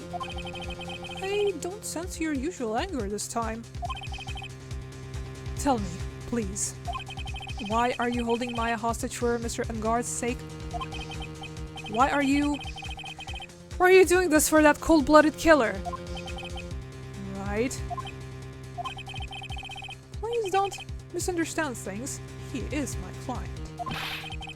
Don't toy with me. A man who hires an assassin is just as much of a killer himself. I I believe you were asking me for a reason as to why I am doing what I am. Yeah. This is what I like to call my aftercare. What the hell is aftercare? My name carries a certain amount of honor and dignity, Mr. Attorney. I take a great care to ensure that no suspicion falls upon my clients for my handiwork. That is what is called client relations, and it is a part of an assassin's duty. An assassin's duty? We're unlucky this time and my client was arrested as a suspect. As a result, I did what I had to do to enlist your expert help, Mr. Attorney. And to ensure that you would do everything in your power to the very end. What is your name? I believe I told you once before, however. You did, but my name is the Killer. Shelly the Killer. You're Shelly the Killer? Please keep in mind you do not have much space to maneuver with me. As the Killer, I always finish what I set out to do. If you fail to keep your end of the bargain... Maya! It could be my duty as an assassin to see to it she receives a nice long nap. No! Now then, if you'll excuse me, if someone were to trace this signal back to me, it would be quite troublesome. Shoe! Saved by the shoe! Mystic Maya! Mystic Maya! I don't know what to say. Edgeworth! Did you hear that? At the end of that transmission? Huh? Oh, that sounded like a cat. A cat? It can't be. That cat... Can it? What is it? I think I know where Shelly the Killer is holding Maya hostage. Edgeworth, have all police units head for Edgeguard Mansion immediately. And guard. Edgeguard? Well, maybe one day. Alright, you hurry over as well then. Don't lose hope yet, Pearls. The fight has only just begun. Yeah! Are we going to talk to... you know, the other person or not? Or are we just going straight to... the crib? Living room? I hope? You know what? I'm going to save here. I have doubt creeping into my soul. But yeah, this is going way long. I'm sorry. Everyone having a good time, I hope? Still? Maya! Please answer us, Mystic Maya! We have this area completely surrounded. There is no way for him to escape. Assuming he's still in the area. I can't believe it. That butler, all this time, he was the killer! He and Guard were working together all this time. I'm sure they had worked out a contingency plan ahead of time. Examine? There's a bear! Hey, Edgeworth, wanna say anything about the fireplace? I don't particularly care for large fireplaces. They remind me of my youth. That's right, he grew up in a really affluent household. I guess you're still not over that case, huh? Don't take this personally, but I really do not wish to remember anything from that time in my life. Great, now we gotta click through everything to get Edgeworth's reaction, because this is not an emergency. It's an Engard's personal collection. I'd say it's a hobby of his to collect prop masks of show related to his own. You seem to know all sorts of details about Matt Engard, almost too many details. He's the defendant in this case, of course I know about him. Yeah, I guess that makes sense. So far! Matt Engard. This is probably where he conducted business with the killer. Yeah. Kelly the Killer values his client relations more than anything else, so I'm sure he must meet his client in person to talk about any transactions. Nice bike!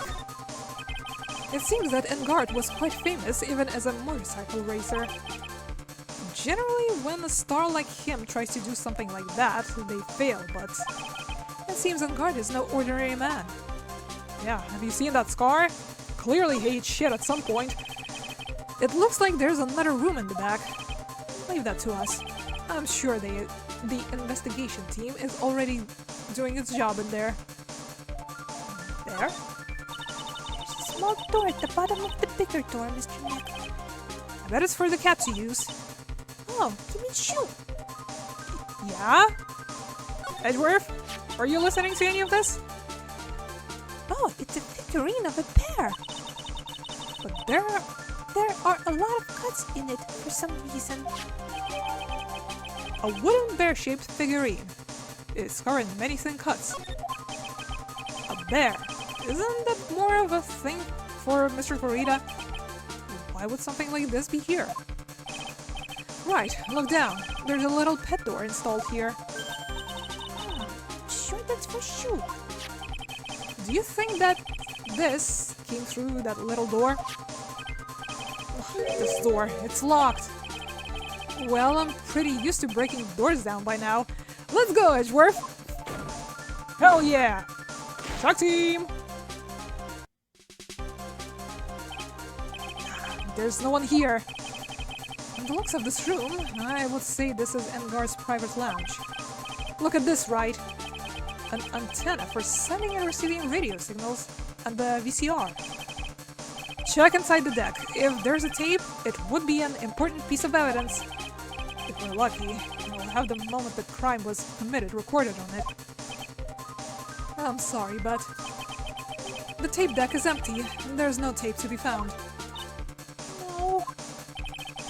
But there's no mistake that someone used this to record something.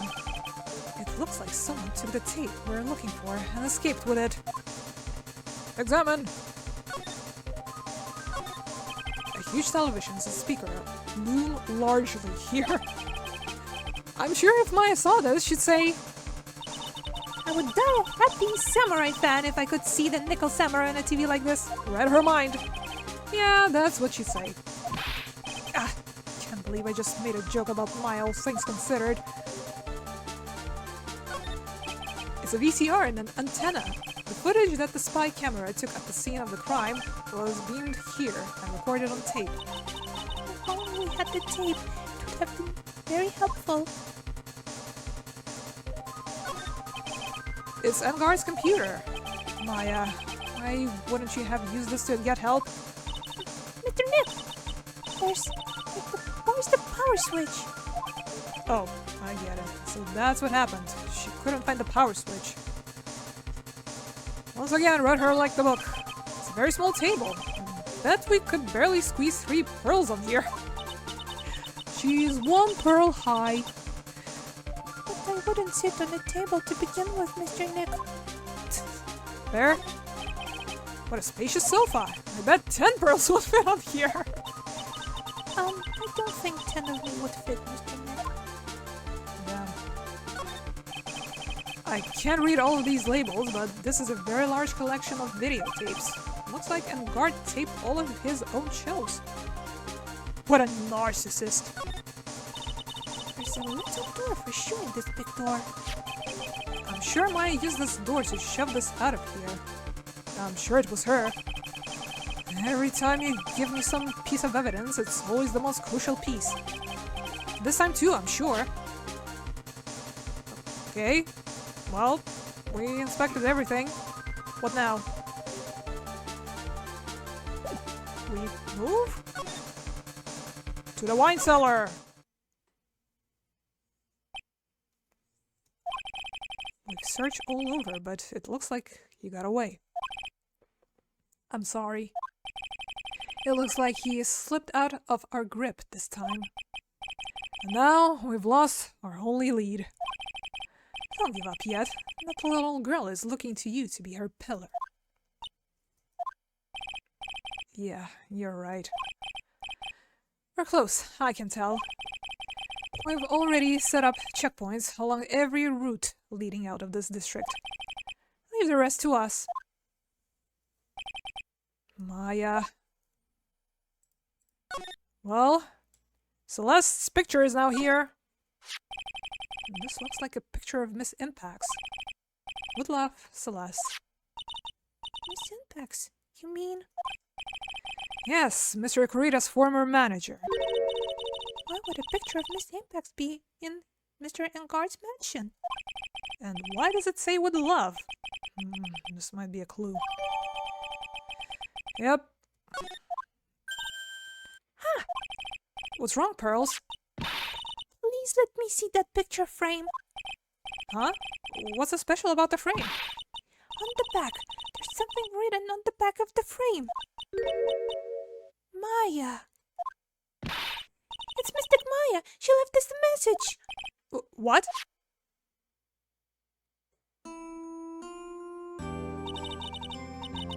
I thought you'd come. I knew you would. Now listen up. You better get Engard a guilty sentence, okay? If you get that creepy slime back and not guilty, I'll never forgive you. Ever! I'm fine, so you don't need to worry.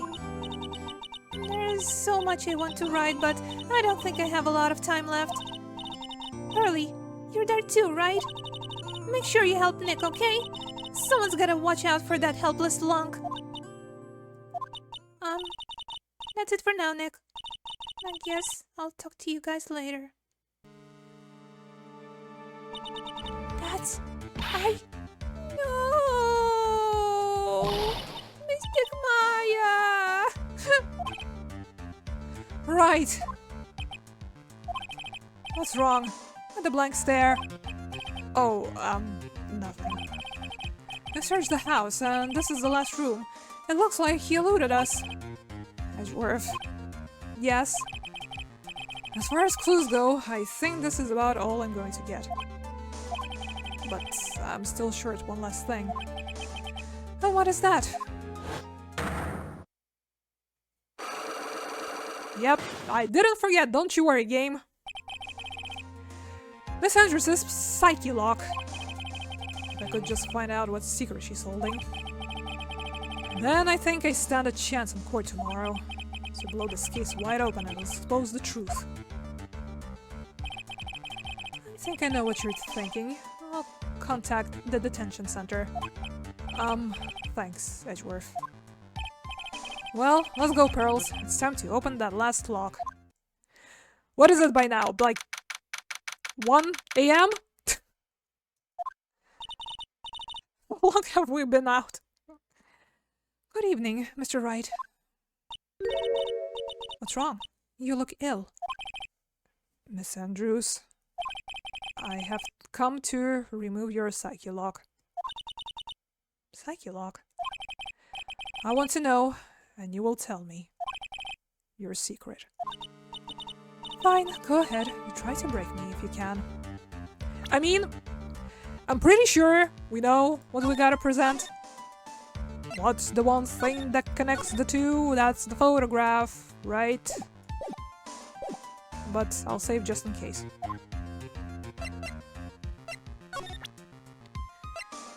Okay, I got this. We got this.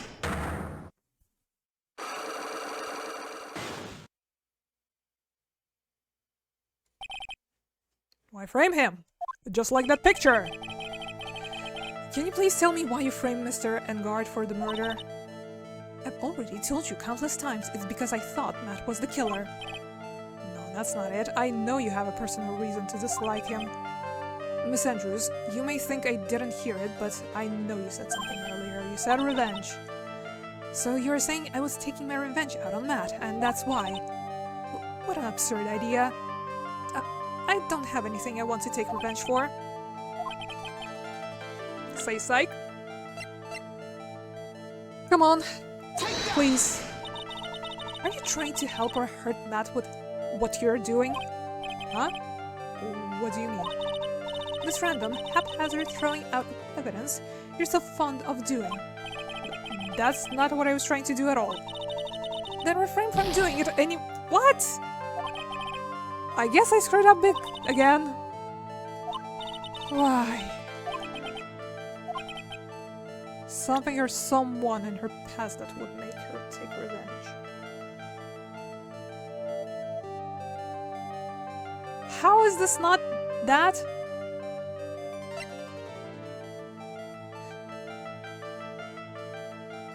Not the bear, surely. Yep, not the bear. We're just going to load in.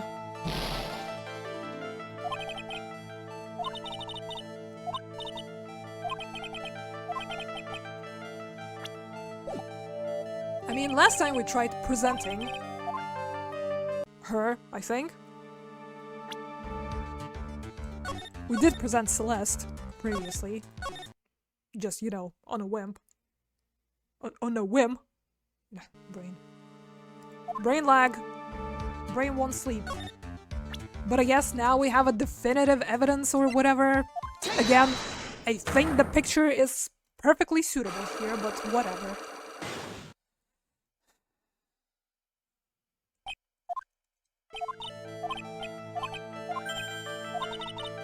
Revenge!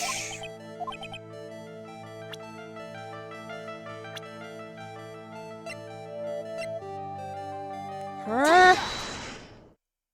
Again, photograph not good enough? Okay. I guess we did talk about this already, that we start with this and then we need evidence. I guess I kinda forgot that step. Can you blame me? I don't think you're allowed to blame me. This is a photo of Miss Impacts. This is a photo of Miss Impacts, correct? She looks younger than when she passed away, though. What? With love, Celeste. This is Miss Impacts' handwriting, isn't it? Where did you find this? No, that's all right. It was a rhetorical question. Yeah, it is. I found this at Mr. Engard's mansion.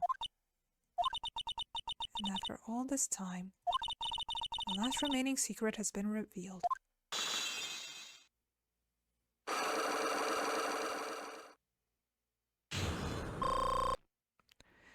Ah, good to be full health again. After all this time, as well. Celeste, she was supposed to get married to Juan. Yes, but I heard that it didn't work out. Because Mr. Corrida didn't want to get married to her anymore, right? Yes, because of Matt. But because of Mr. Engard? What do you mean? I think I can see where this is going.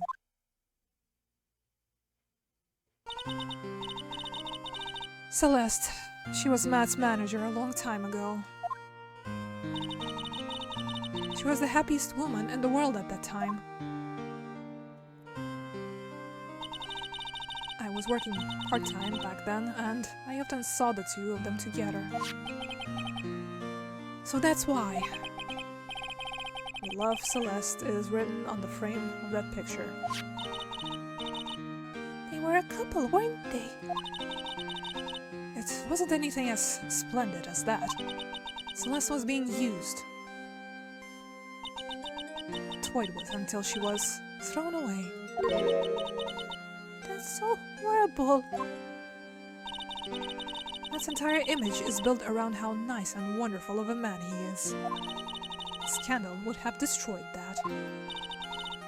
Which is why Celeste, in her kindness, moved over to Worldwide Studios. And that is where she met Juan.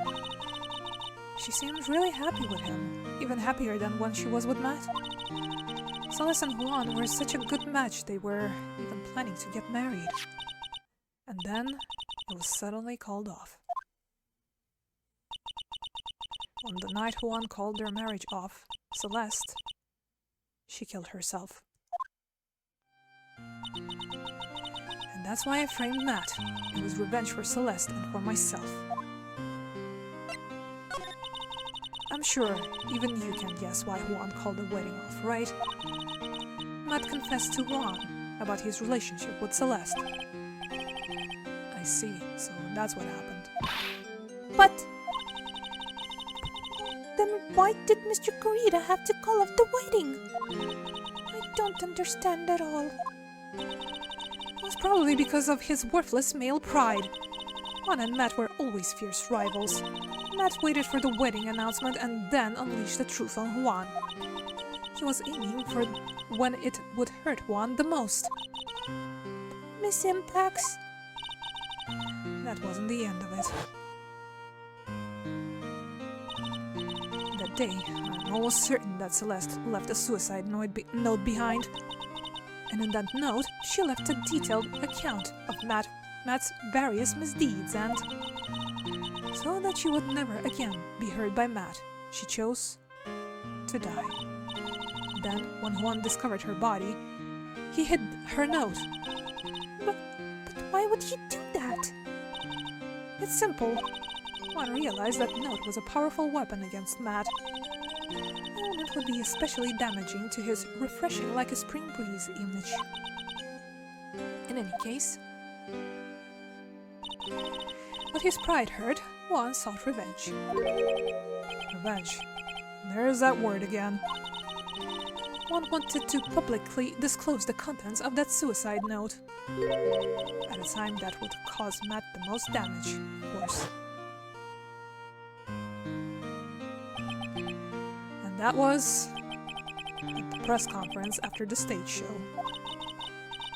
I know all about it because I heard it all from Juan. It was so I could find out about all this that I drew close to Juan to begin with. They are quite a pair of hideous monsters, aren't they?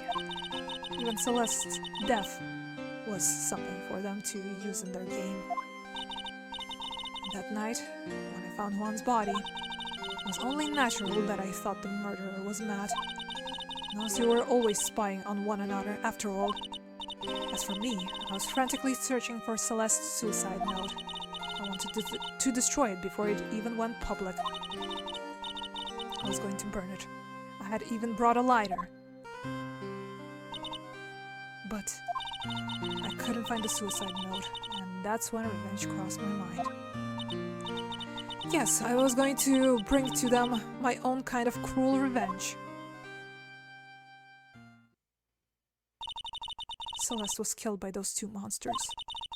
So when I stabbed Juan's body with that knife, I didn't feel a single shred of guilt. And that's all I have to say. Well, Mr. Wright, even knowing all this, are you still going to help that man? I am a lawyer. I see. What a foul profession. Thank you very much for your time and for talking with me. It was no big deal. I couldn't sleep anyway. I can't sleep either. Not with my situation. Or with what I know now. To be continued.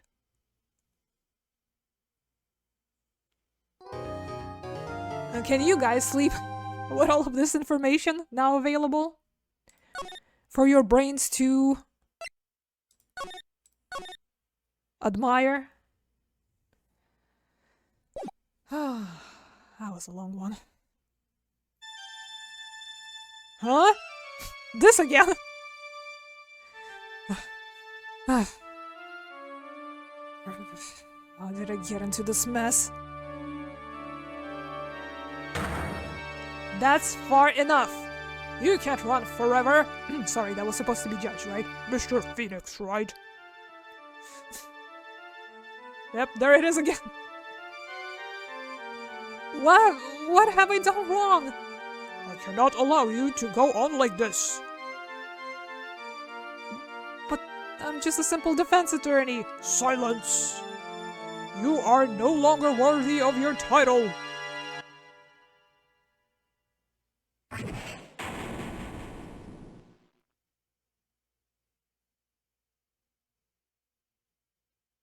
I've had this dream before, someplace, some time ago. As if this day was written into my destiny. Today, I'll stand in court as a lawyer. To prove a killer innocent.